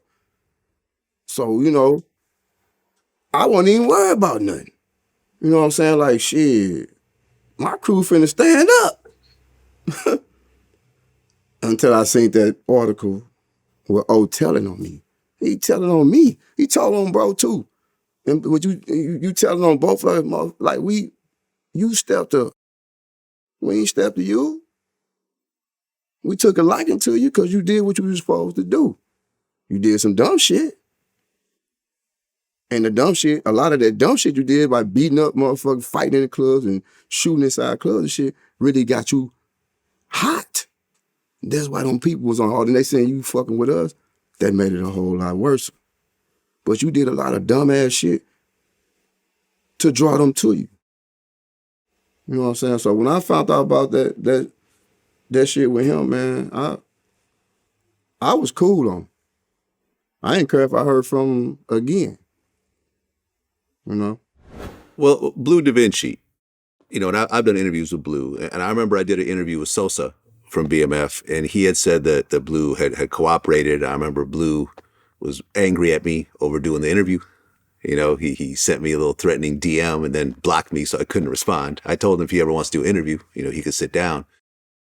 Yeah, he cooperated. I mean, I didn't see it. It was in Miss Mara Shaloup's book, where his own lawyer said, yeah, if there was anything else that we could do, Your Honor, to help you along with this case, my client would be more than willing to cooperate with you all to help you in this investigation. Bottom line is, you didn't take the single plea. You went in and was giving them information on shit that they already had and thought it was cool, but you still, that was part of that. You just confirmed other shit that the other CIs just done told. Plus you did a smack video prior to that was giving them the whole fucking play. They never knew nothing about it. That smack video was detrimental in finding out who each person was. From your point of view, did Blue cooperate or did he not cooperate? Man, look, man. Me personally, I never seen no paperwork on Blue. And prison rule, if you don't have paperwork, really don't bring this shit to me. But it's a difference when I'm the paperwork. So I think Blue told. I know Blue told. He told on me, he probably told on you can't pick no motherfuckers who you gonna tell on. They gonna ask you about ask you about whoever, whatever, and you gonna have to answer them questions about them. So the reason that I felt, even the book had just came out when I was in prison. I read that whole book and I was like, God damn. Not my nephew. I know he ain't doing this shit. So that's when I wrote, bro. He got a letter back to him like, man, they just making it seem like, ooh. I said, all right, bro. Because he know I'm going to think for myself. Like, this motherfucker tell. They ended up catching Wu. Wu was the last person I think got caught on our case. And, you get called to R&D. I'm like, what the fuck I'm going to R&D for? Shit, this 2010. I've been locked up 3 years, you know what I'm saying? 3-4 years. Man, pack your shit up. You got to go to court. For what? What I'm going to court for? I got my, so now my head hurting. You know what I'm saying? I don't know what the fuck, like, damn, these motherfuckers got me in catch-22. What the fuck they got going on? So, man, I end up getting on the, you get on the plane and shit. They flew us to Florida. We had to get off the plane in Florida and jump on the bus. Like, these motherfuckers flew way past Georgia in Florida. We had to get off the plane, jump on the bus, and drive back to Georgia. As I'm standing, in my place, shackled up, on the side of the bus, before I left prison, I heard something about some girl, I can't think of her name, in blue. And something about like a body or some shit like that, right? So I'm like, oh, what the fuck they got me tied up in? Huh? So I get to there. The name that I heard about the girl, now I get to put a face with it. Because you heard him call her name. And she stood 3 or 4 people in front of me, but, in the girls' line. I'm like, damn. That's the girl they was talking about. So then one of the doc homeboys, right-hand man T, he get off. They put him like right next to me. I'm like, because he got long-ass dreads now. Because T had a low haircut, when we was out. But now he got long hair, long dreads. I mean, long. I'm like, who the fuck did not look? He looked at me. I said, T. He's like, yeah, like, damn, what's up, dirty? We bumped shoulder because you can't, you shackled up. I'm like, damn, what's going on? Like, man, they got me on, called me back here for, I don't know, a wanted or some shit, type shit. I'm like, damn, they got me coming back too. I said, they got something to do with I remember the girl now, like that girl, her, I think it got something to do with her in blue. And he like, yeah, I don't know, man. I'm like, shit, I don't know. We just got to see when we get there. So we end up sitting by each other, and we talking and shit. We talking. And he like, yeah, man, Doc told on me too. You know what I'm saying? I'm like, damn, like, man, Doc a dirty motherfucker. We talking about him and shit. So I'm thinking he want us. You know what I'm saying? Like, he, stand up type guy type shit.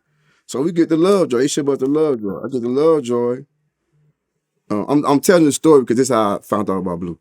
So I get the Lovejoy and I go in the room, in the holder cell. I'm going there, I'm looking for him. I don't see him. Cause he went in front of me and shit. I don't see him. I'm like, damn, what the fuck dude there? I'm like, fuck it, I'll probably see him when we go out and get our clothes and shit. So when I go out and get my clothes, they like go down to the next room and you're gonna go in the next room. So when I walk in to the next room, I look to the left, the next holder cell over, and T sitting right there. So I look, I say, damn, bro, like, you too? He put his head down, like, I said, damn, this shit crazy. What the fuck going on? So man, I finally make it to my cell. I'm just fast. I finally make it to my pod. It's 2:00 in the morning. I'm tired. We've been there since 10 in the morning. I'm tired as a motherfucker. So I get up there, my celly, he sleep. I'm making my bed up, like, talk cursing and shit. Motherfuckers, like, got me at 2 o'clock in the morning. I could have been in this bitch. Man, 2:10, Brown, pack your stuff back up. Oh, man, I lost it. What the fuck, man? Y'all got me wounded. You know what I'm saying? I know I don't even talk bad to CO. I give them their respect, all that shit. But this night, I went off. Like, man, what the fuck? Like, man, you got 13 separate T's against you. I said, what the fuck that man? Is any of them in here? He said, this is the key thing right here. He said, there's none in there, but you can't see them. You know what I'm saying? So, like, if somebody walk into wreck, I can't be in the window. You know, motherfucker, I see your ass. That's intimidation. So they had to put me in the hole. So they threw me in the hole, but it was a non-disciplinary issue. So I can get on the phone, like they'll wheel the phone to your cell. You know, I can order commissary and all that shit.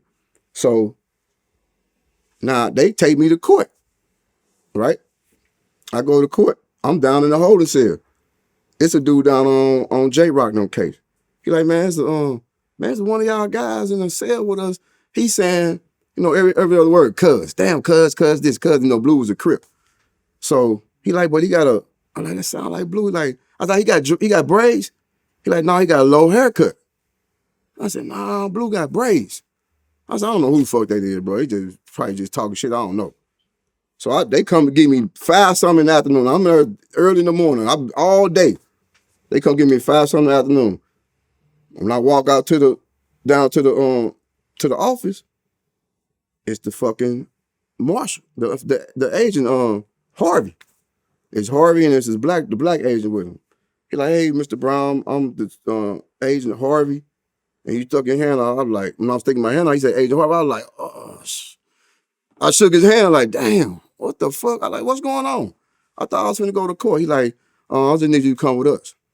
So, man, we go up the elevator, get off the elevator, walk through the lot, up the hill, through another elevator, some trash. I'm like, man, these motherfuckers finna do something to me? Like, man, where are we going? He like, just bear with us 1 second, Mr. Brown. We almost there. So we end up walking into an office. I walk into an office. It's like 9, 10 motherfuckers. The district attorneys, you know, it probably some agents and all that shit. And so I walk in like, hey, what's going on? I thought I had to go to court. What am I doing in here?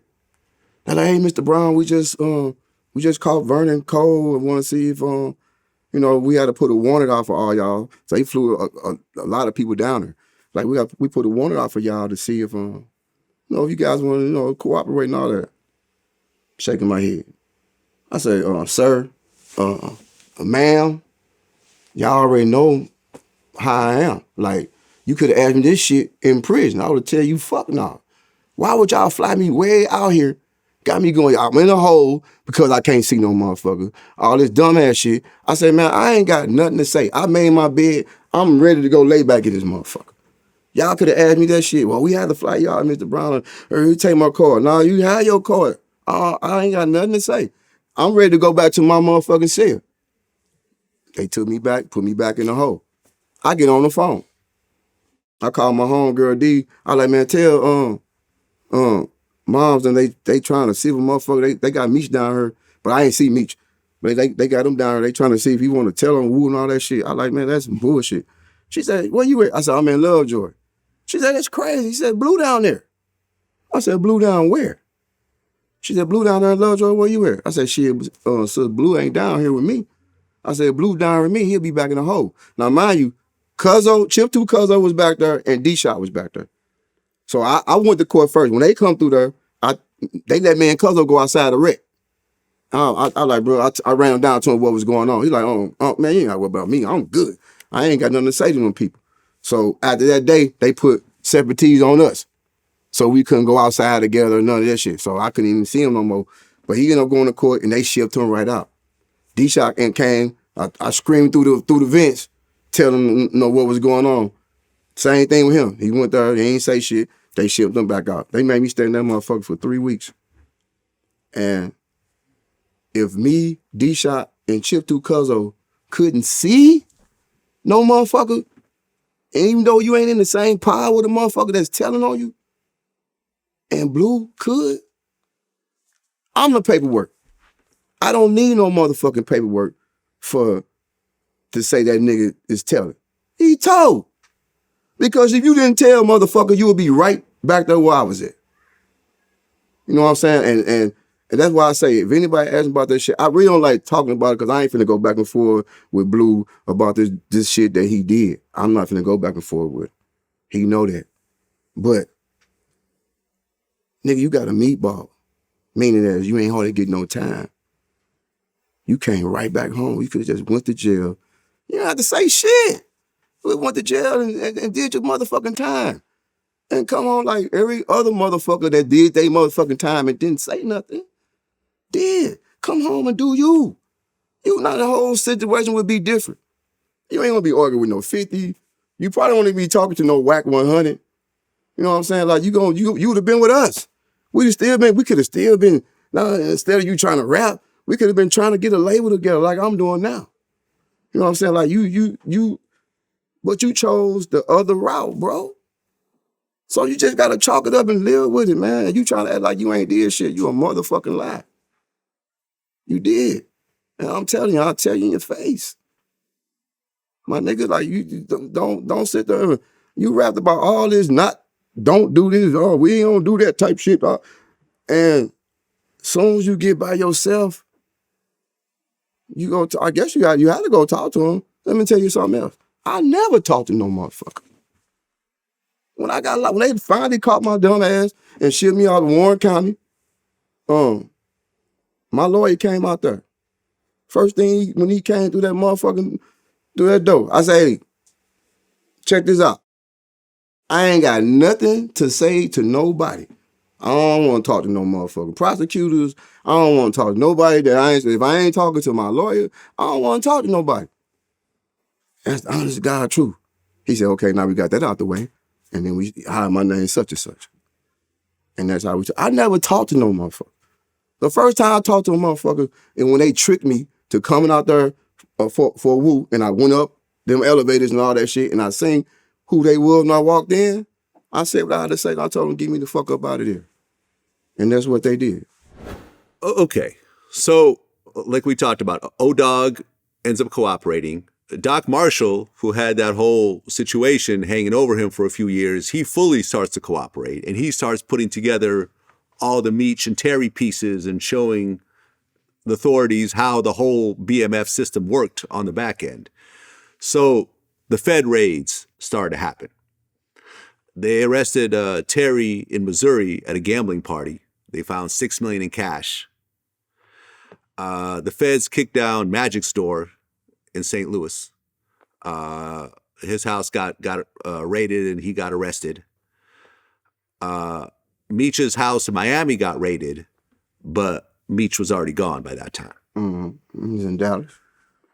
So he goes to Texas, but they ended up finding where he's at in Dallas. So they ended up getting into his house. He gets arrested. They found a gun in his safe.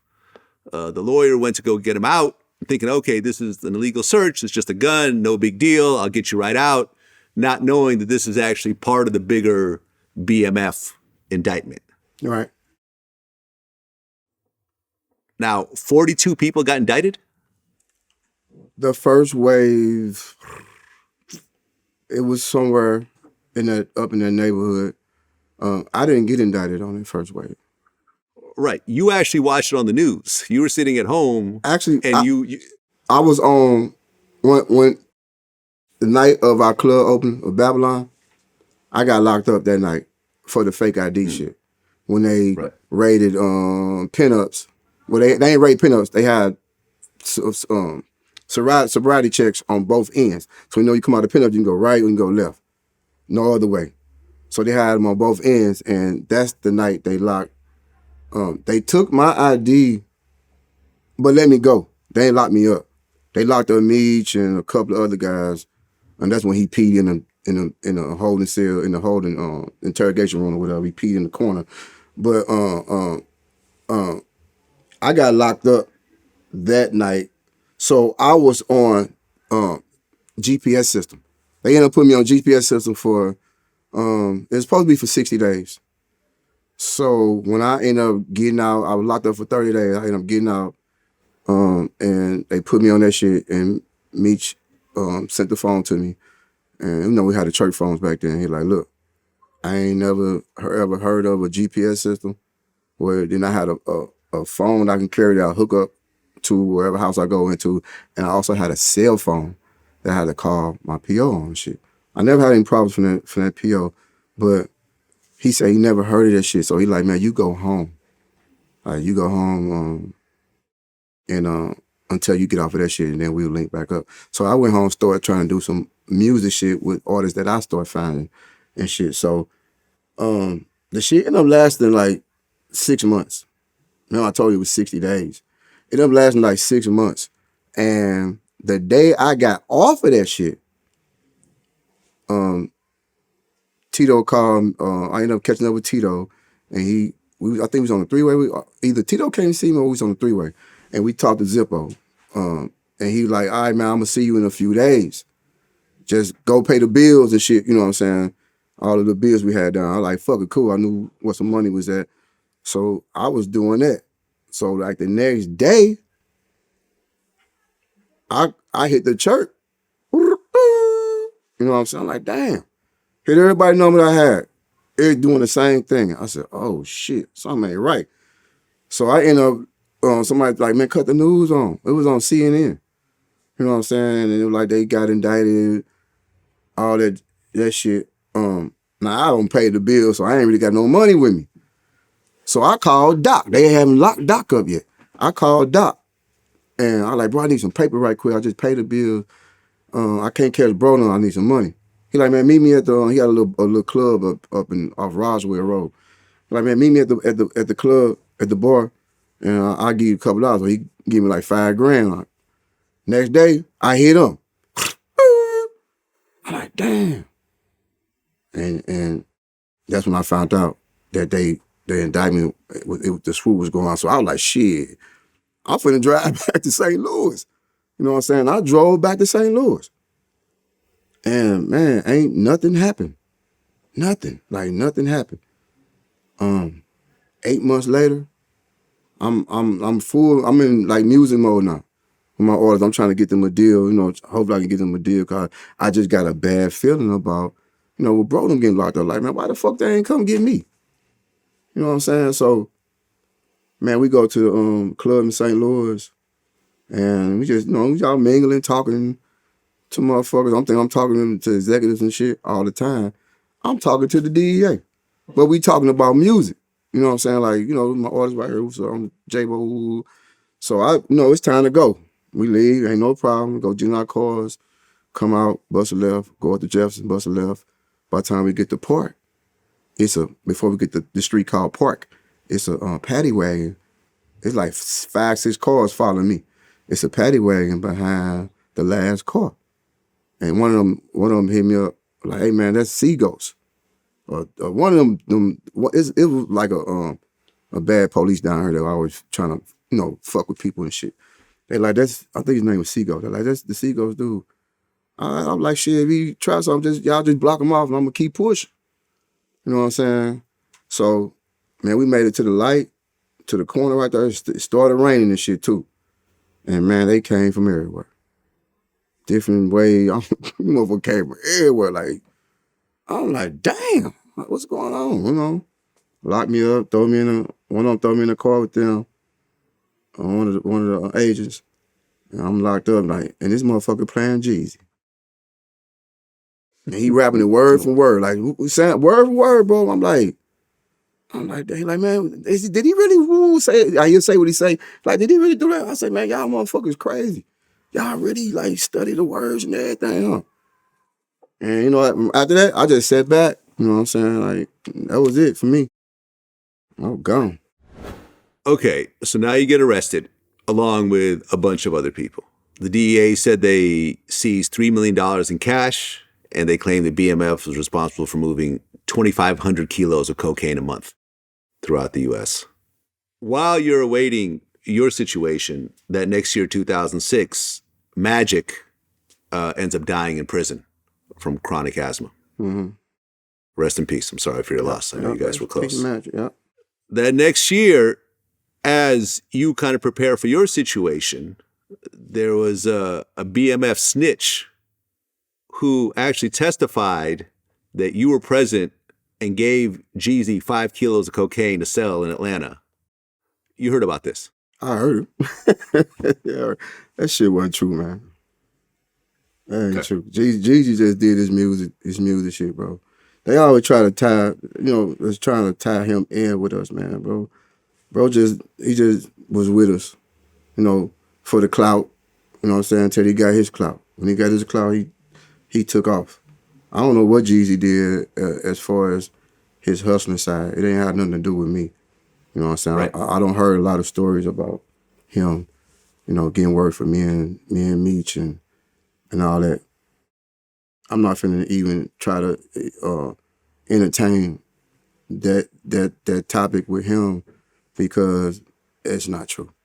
How Jeezy got his money before he started rapping, I don't fucking know. You know what I'm saying? Everybody starts somewhere. There you go. You know what I'm saying? Like, but yeah. I the snitch, I know who you talking about. You know what I'm saying? Like,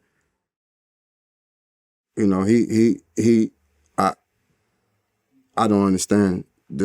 I understand what he did because he wrote me.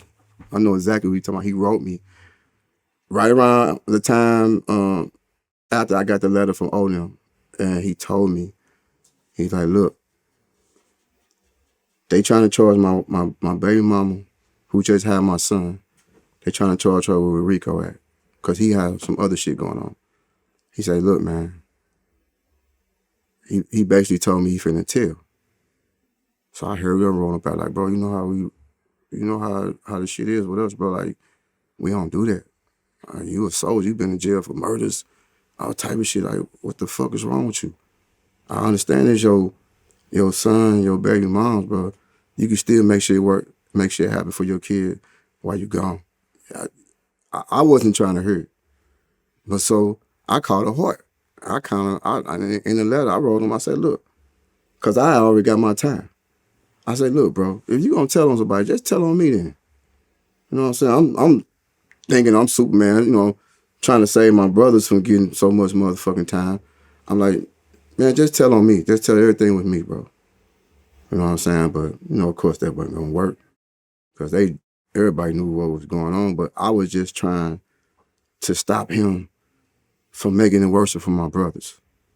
You know what I'm saying? Like, because, like I said, I already got my time. I had a cap put on my shit. You know what I'm saying? They can't give you no more time for that same case. I wasn't tripping if you tell on me. So if you tell on me, it's just another person telling on me. You know what I'm saying? Like, but of course that shit didn't work. Yeah. Well, you ended up pleading guilty to cocaine and money laundering. Yeah. And you did not cooperate at all, which meant that you did not get a lenient sentence. Nope. So ultimately, when you got sentenced, they gave you between 15 and 20 years? When I first got sentenced, they gave me 188 months. That's 15 years, 8 months.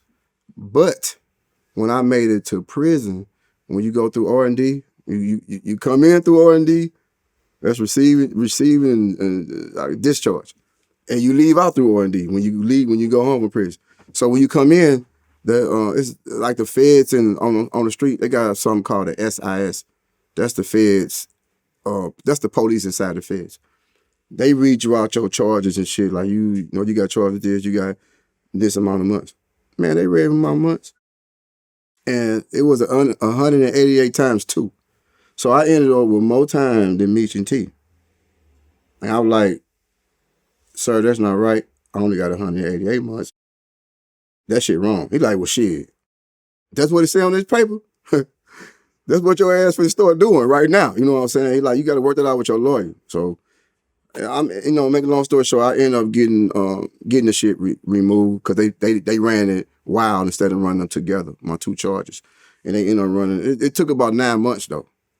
You know what I'm saying? That was 9 months of stress. I bet. Yeah, because you end up getting, you know what I'm saying, 300 something months.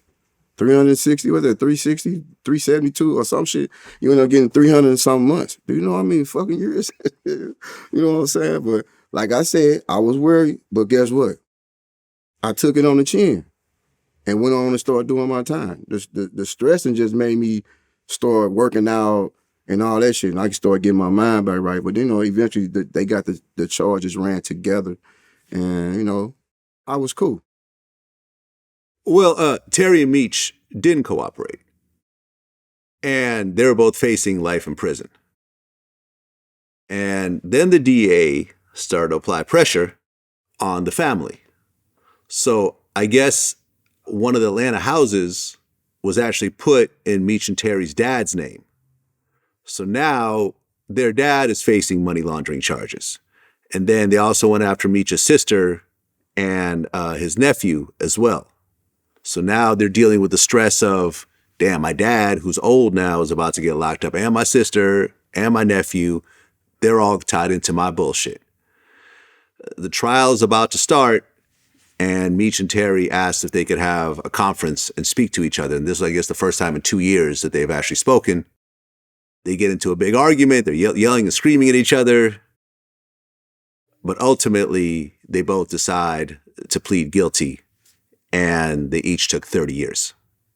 And I guess the rationale, I remember Meech talked about this, I think in the Cavario interview, was that 30 years is a lot of time, obviously, but if they went to trial and blew trial, it would be life. And with 30 years, you at least have a date at some point. With life, it'll probably be natural life. Yeah. Life in the feds is natural.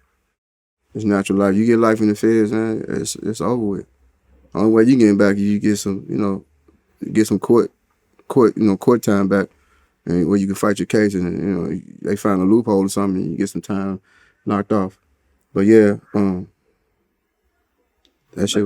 And from what I understand, really, most of the evidence was coming on Terry's side because of all the wiretaps and everything else like that. They didn't really catch Meech with a whole lot of stuff, but then again, you have the hearsay, you have the Doc Marshals, you got the O-Dogs, you got people that are testifying and so forth. When you found out that Meech and Terry got 30 years, how'd you feel? I mean, because I know them, you know what I'm saying? Like, I know our situation, you know, in the law enforcement eyes, is not good. But them guys did so much shit, like to, I don't know, man, from a shoe shiner, man, to the valet parking guys, you know what I'm saying, to the clubs, to the malls, everything. Like, they did so much positive shit for the communities, and not just in Atlanta, everywhere. Everywhere that boy stepped, everywhere T stepped, they blessed people. And for them to get 30 years and never really been in no trouble, I just thought it was a little too harsh. Me personally, because I know the inner side of them. You know what I'm saying? Not the we selling drugs type shit. You know what I'm saying? I'm just looking at the good men that them two guys are. You know what I'm saying? So I just felt like, damn, man, they just 30 years, bro. You know, you get the calculating that way, we don't get out. Shit. Motherfucker, I do like 28, 27 years, 26. You know what I'm saying? Like, that's two and a half decades. But and the only good positive thing you can say about the shit is, well, at least they got a date to come home. And anything can happen. Because this is what you hear in prison. Man, new laws come and go all the time. Anything can happen. You know what I'm saying? I'm like, damn, you right. So, you know, that's all I was really, you know, doing my time. Like, man, I hope you hear something like, man, I hope they go ahead and give us these 2 points and all that shit. And it came. You know what I'm saying? The 2 points came for a lot of motherfuckers. Then, you know, it was some other little laws that came that applied. One of them applied to me, the good time law, you know, all that shit. So it's when you got a date, it's always a good possibility that something could change in your favor compared to natural life. You ain't got nothing coming. I'm just saying that's the positive side of having a date. Were you in communication with Meech at all? Did you guys write letters or get on the phone or anything the whole time when you were locked up? I wrote a couple of letters to bro. Well, you know, he started getting in trouble. I was even on the email thing with him before, you with the coalition and shit, with third party email, like they started biting down on that shit. And he didn't want to, get in no more trouble. So I just stopped trying to reach out to him. Even like right now, I don't really talk to him that much. You know what I'm saying? If I'm around nephew, Lil Meech, I know he gonna call him. So if I'm around Lil Meech, you know what I'm saying, I'll be there and I'll talk to him like that. And I told him, like, bro, I'm here, man. Anything I can do for you, anything I got, you got it. Like, you ain't gotta call me. Like, you ain't gotta call me all the time. Like, say your minutes, because minutes it seemed like a lot when you first get them, but 2 days later, them little 300 minutes, that shit gone. You know what I'm saying? Like, man, just save it for your son and Tara, you know what I'm saying, your moms, you know what I'm saying, that time when Pops was living. Save it for your Pops. If you really need me, you can have Tara tell me something, or you can call me yourself. But you ain't got to call me, bro. If I know what it is with us. So me and him don't really talk on a daily basis. We don't do that. You know what I'm saying? But I send notes like, hey, you want to see bro? Tell my brother I love him. You know what I'm saying? Like, whenever you need me, just reach out to him. And that's what she do. Well, you got locked up in 2007. So by 2015, you are 8 years in to your sentence. Mm-hmm. Jeezy drops his album, Church in These Streets. And there's a song on there called J-Bo. Yeah. And the lyrics go, roll up the swishers, get money, lay low. Yeah. Just ask them bitches, I ball like J-Bo. Mm-hmm. Rose, we piss it, get money, lay low. Shine in my pictures, pull up like J-Bo. Yeah. When you first heard that song while locked up, and you're now 8 years into your sentence, how'd you feel?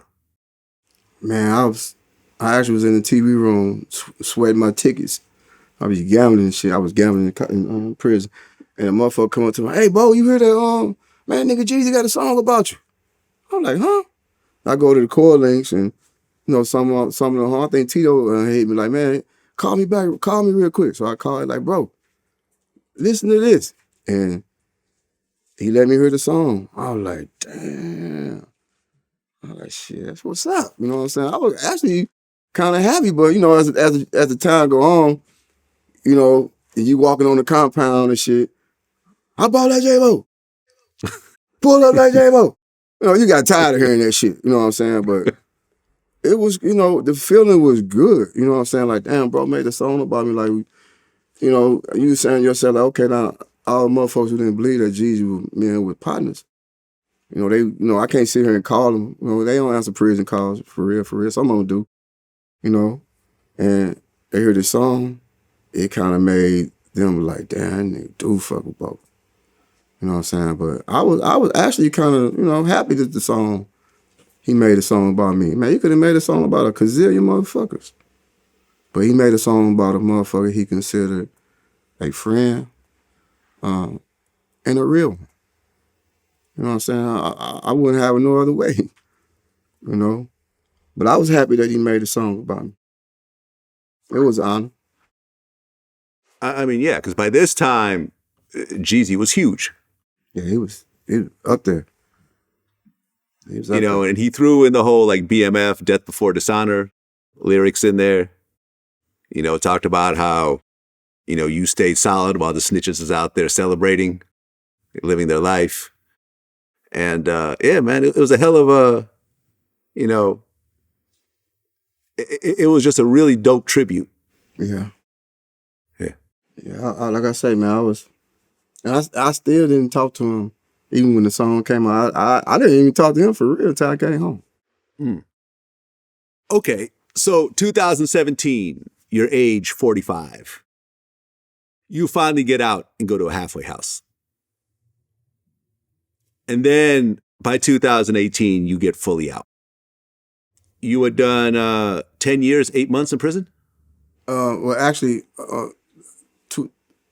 I went to the halfway house in 2018, May 5th. I get out the halfway house. I wasn't free. I just recently got off papers October 23rd last year, but I started my probation. So when you get out the feds, you don't start probation when you go to the halfway house because you're considered still in DOP custody. You know what I'm saying? You're just freer. You know what I'm saying? You're not in prison. You still you got to go by stand-up count, you know, all that shit in the halfway house. They do all that. Or they just count. You just stay by your bed, they'll count you, you ain't really got to stand up. Yeah, I didn't actually get off for papers until last year, October 23rd. But when you get out of the halfway house, Jeezy actually welcomed you home. Yeah, he I think he had a concert down in St. Louis. And I went to the concert. You know, like I said, he shouted me out, you know. You know, we sat down and chopped it up and talked about things and stuff. And yeah, he just, you know, he came through and represented for me. Well, yeah, I mean, you could have thrown him out of, you know, under the bus because, like I said earlier, the snitch was saying that you gave him 5 kilos of cocaine. You could have been like, okay, here's my opportunity to get this high-profile rapper and potentially get my time shaved off or maybe even completely off by telling on him, even if it's not true. Because, you know, people snitch. It don't necessarily have to be the truth. See, like I said, I don't never approve. I would never, ever, ever, ever approve of that. I already told you about that part. So it wasn't nothing, even if I, wanted to get home, you know what I'm saying? I couldn't do it. Like I could have, you know, like what you're saying, I could have got some time could have got out by saying this about him. Man, I don't really want to see my worst enemy locked up. Better yet, a guy that's, you know, at the time he haven't really did nothing for me, you know what I'm saying, for us, you know, looking after me in prison. I didn't really care about that shit, but, you know, any other person would have hate in their veins. And yeah, they probably would have tried to, you know, go say something on bro. But this is how I think. You need to know what you're going to do before you do it. So when you're doing it and you get caught, you understand. If you don't understand what I just said, this game ain't for you. So a lot of people need to lead by that example from what I just said, because this is the other side that you don't really think about until it's too late. You got to look over your shoulder every day. You got people that will ride for me or whoever, or for whoever the person is. They're going to ride for them and you won't even know it's coming and they'll smash you. Now, you think you home free, kicking and all that, you way out somewhere and ain't nothing going to happen to you. But when they catch up with you, you might have your kids in the car with you. You might have your moms in the car with you, your pop. You know what I'm saying? A little niece, a friend ain't got nothing to do with what you did. And some bad shit will happen. This is what the snitches don't understand, man. People killing, and for a motherfucker with a profile like ours, a motherfucker would try to do anything just to show us that they'll do it. That's why we used to preach that shit, man. Don't leave that shit alone. Don't worry about it, bro. We'll talk about it. We'll work this shit out. People don't understand that, man. Like, they really need to think about this shit. You know what I'm saying? Like, the first thing you need to think about is what I just said. Think about what you finna do before you do it. Because once you get caught up, and it's a 90% chance you might get caught up, you gotta know what to do. So if you just want it for the fame and the money and you ain't prepared to embrace yourself with what's finna come through the tragedy, leave that fame and money alone, bro. Leave it alone. Because now you're putting other people in danger. You may not look at it that way, oh, fuck that shit, I'm free. Yeah, you free with this bullets coming at your ass. A motherfucker might just run up on you and just cut you with a knife. Anything can happen, bro. This is how I think. And this ain't scaring me from telling. I just ain't gonna do it. You know what I'm saying? But this is what I know that comes with that. You know what I'm saying? Like, shit, let's take it on the chin. That's all you got. Them niggas should have took it on the chin. Old Dog should have took it on the chin. Blue definitely should have took it on the chin because you preached that shit in all your fucking verses. And that's just how it is, man. Well, 2020 rolls around. COVID is now taking over the world. And Terry, because of his health situation, ends up getting a compassionate release. Mm-hmm. Did you speak to Terry after he got out? I talked to him once. You know, I talked to him, and we just happy to talk to each other. You know what I'm saying? I'm out.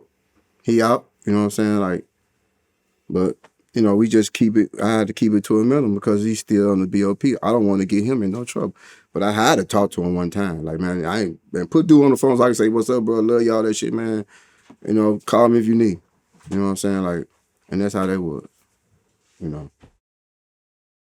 Well, and then that next year, the BMF TV series comes out. Mm-hmm. And I interviewed some of the dudes, some of the Detroit dudes around that. Edie Boyd, who's Wood Harris's character, D Meeks, who is being portrayed as B Mickey. And I actually interviewed Layden Beast Thomas, who's the Lamar character, who everyone thought was dead in series one, you know, in season one. Mm-hmm. I almost feel like they had to bring him back on season 2 because of my interview. You know what I mean? Because I showed the whole world he's still alive. Yeah, switch it up I guess a little bit. they had to switch it up a little bit. Yeah. How did you feel? I mean, even though you're not part of the Detroit part of the BMF stories, how did you feel watching BMF on TV, high budget, 50 Cent executive produced, and your little homie, Lil Meech, is now the co-star of the show?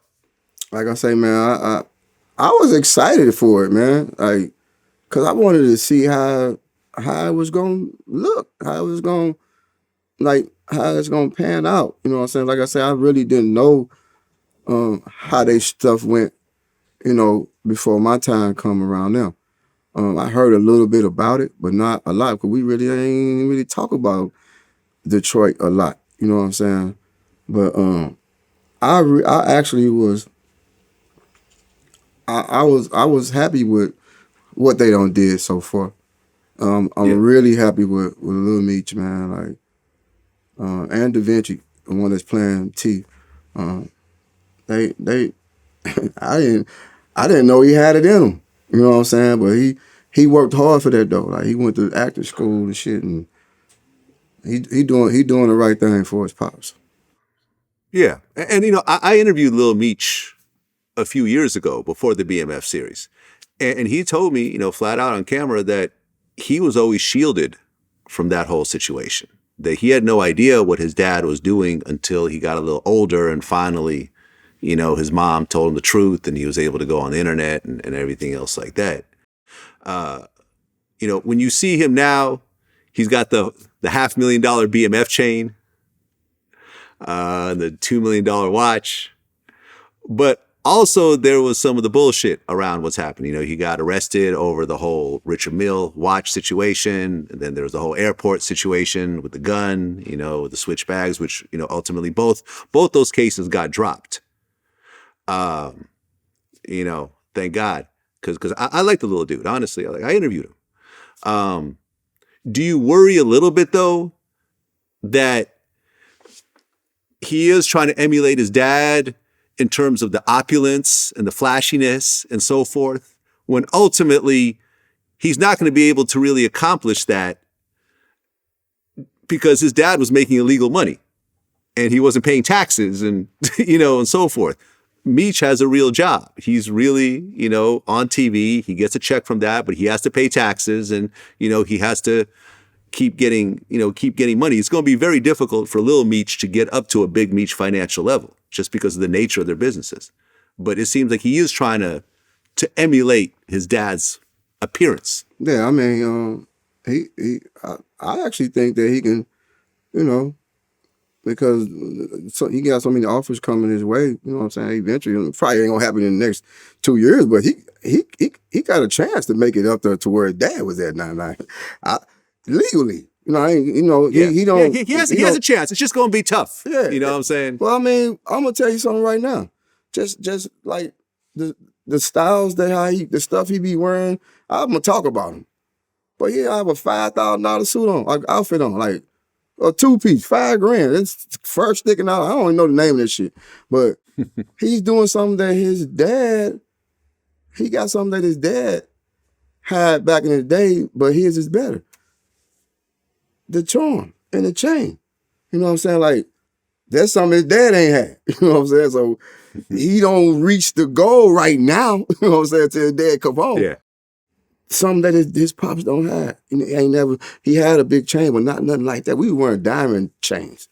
You know what I'm saying? I know links. I know not none of this shit. We were wearing diamond, like one carat. He had a chain with all 1 carats all the way around. You know, we wearing shit like that. It was still tough now. It was still tough, but the shit that he's doing now, I mean, as far as imitating his dad is, you know, the jewelry. I don't know about cars. I don't know what he really drive because I ain't really seen him. He always on the road, so he, you know, drive. He got drivers and shit. But I'll give him an A+ for his jewelry game. His dad loved jewelry. His dad he got 2 A+.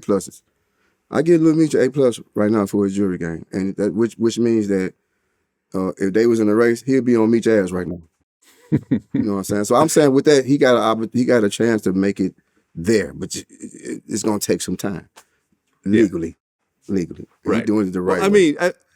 I mean, just with taxes, once you get into a high tax bracket, you're giving up half your money back to the government anyways. So that right there is just working against you.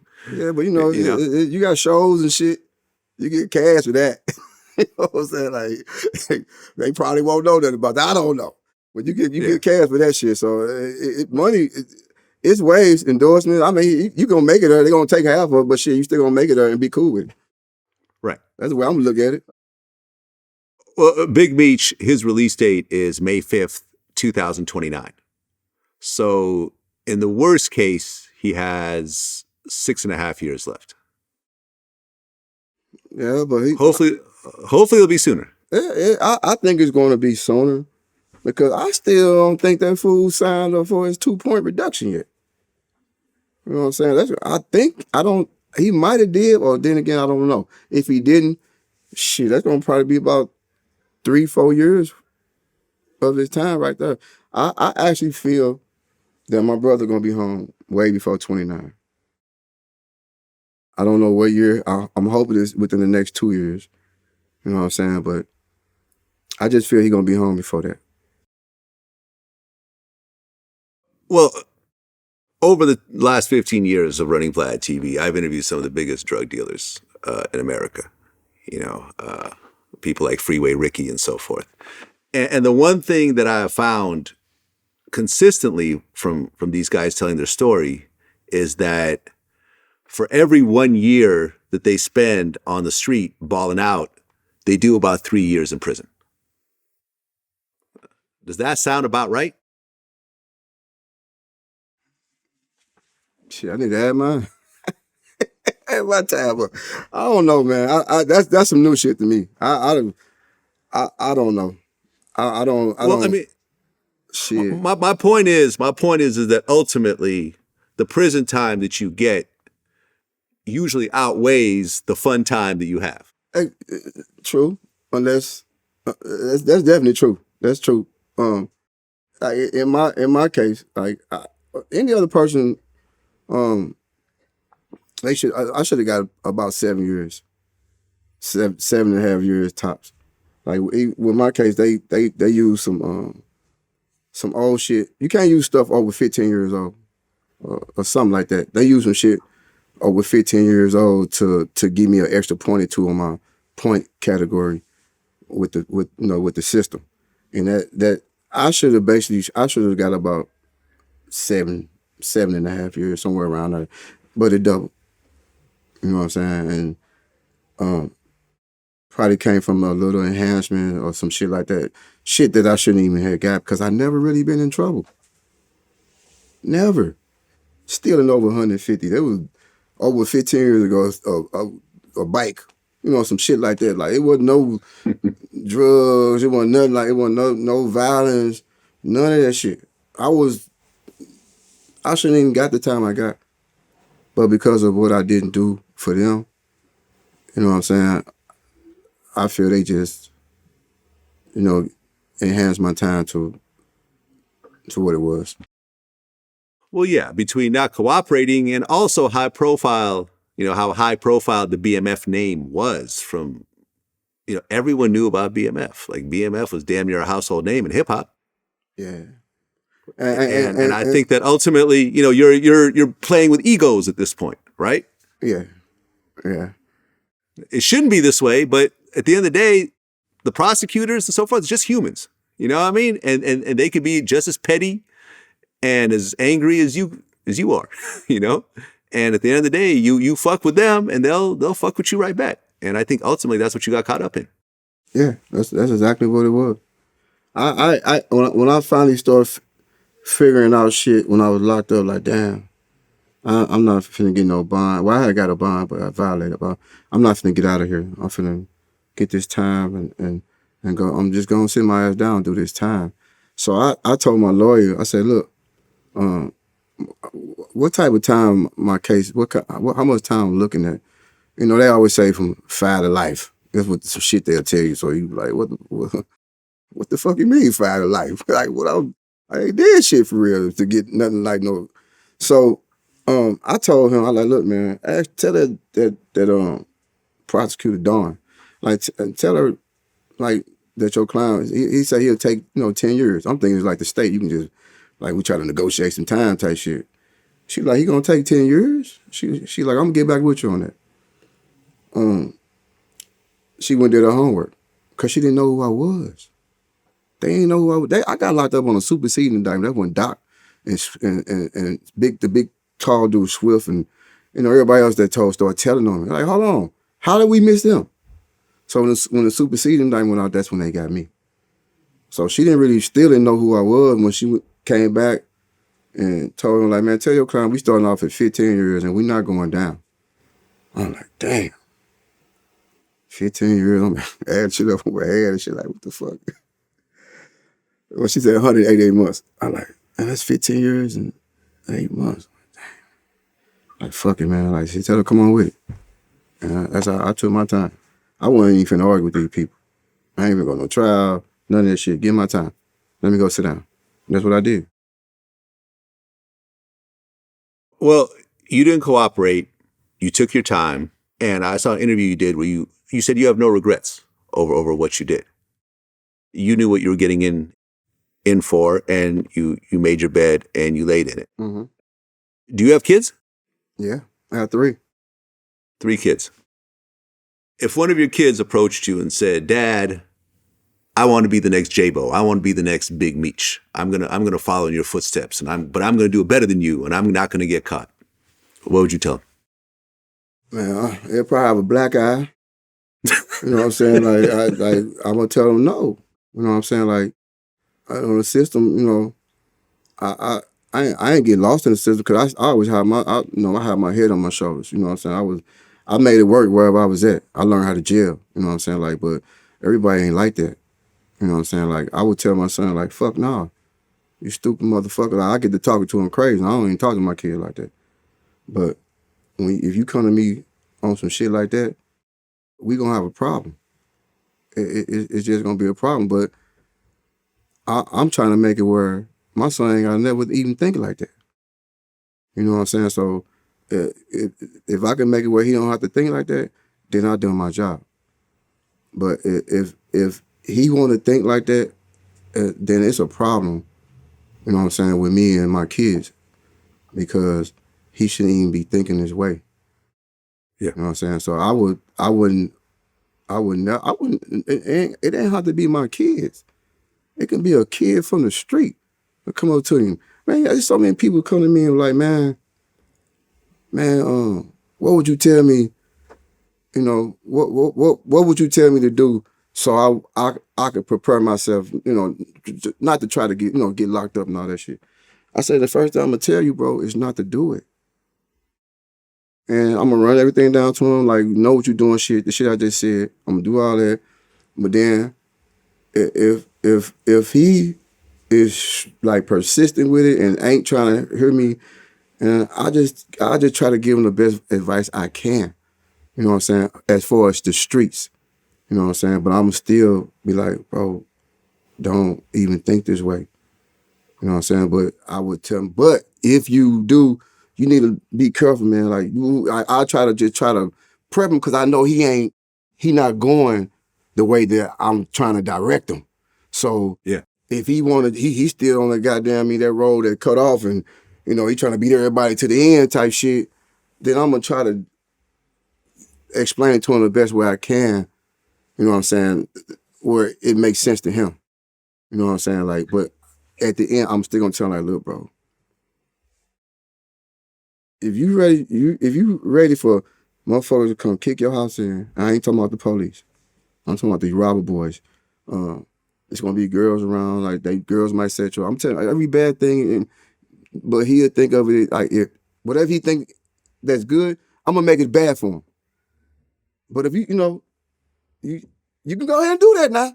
But this gonna happen. But if it's happening, like you just gotta just do this, man. I don't want to see nothing happen to you. Just be careful, and shit like that. And I'm gone by my business. But my son is a zero tolerance with that type shit though. Like, no. You know what I'm saying? Like, you ain't finna do no shit like that, boy. You crazy.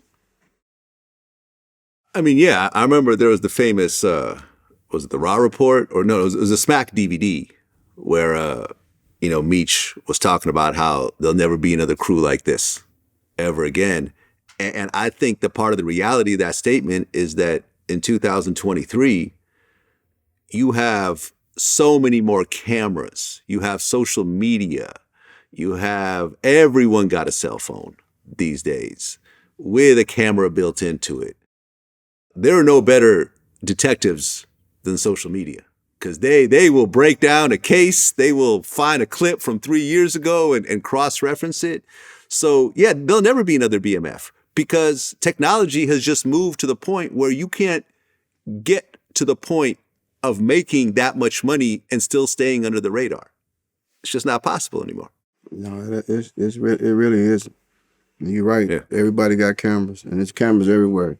On the streets, you know what I'm saying? On the houses, it's Right. cameras. You going to get, somebody going to catch a glimpse of something. Like, it would be hard. Like, you can't be out there flexing like that unless you got some can back it up legally. You know what I'm saying? Like, Right. It's definitely hard, but it's easier for the law.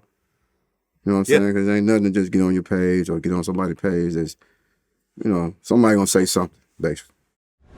Yeah, I mean, look at the Young Thug case. I mean, half that indictment is social media posts, text messages. They have something called stingrays and phones. So if you got a burner phone in the jail, they know all the text messages and all the phone calls that are going in and out. It's just unfair that it really, makes you really not want to do it on any level. And I think that what you said was flat on right. Like, don't do it. BMF, it's great. Like, I was happy. Like I said, I got to party with BMF. And I've been knowing about BMF since 2004. And I loved the fact that BMF is now a TV series because, these are the dudes that I was around and I've been knowing the story and now you get to actually see it on the big screen. And I think that's dope, but I think people need to understand that it's not possible to recreate that. It's not possible to be BMF 2.0. And that's fine. There's a lot easier ways to make money these days. You know what I'm saying? In the music industry, starting a label is way easier than it was when BMF Entertainment and Blue Da Vinci was trying to get on. Right. You know what I'm saying? There was no Spotify, there was no YouTube, there wasn't anything. So like I said, 3 years of being in prison for every 1 year of being on the street is not a recipe for success. Yeah. And on top of it, most of the dudes that I spoke to, all that money that they put aside when they went in, property in people's names, a couple $100,000 stashed with this person, when they got out, it was all gone. I remember Freeway Ricky told me, I put all this property in someone's name. I got out. It was still in their name. They weren't trying to sign it back over to me. And what was I supposed to do? I can't go to the police and say, hey, I put this drug money property in this guy's name and I want it back now. No, it's gone. And he just had to take that L. Yeah, man. That's how it goes. That's how it be. With J-Bo, man. That's how it be. So J-Bo, I appreciate you coming in and telling your story. I guess you're not in BMF season 2, but you might be in season 3. I think I'm probably be in season 3. Yeah. Yeah. Looking forward to it, man. time. Looking forward to it. That's what it is, man. Appreciate you coming in. Yeah. Wish you all the best, man. All right, thank you, Until man. next time. All right. See you later. Peace. Peace.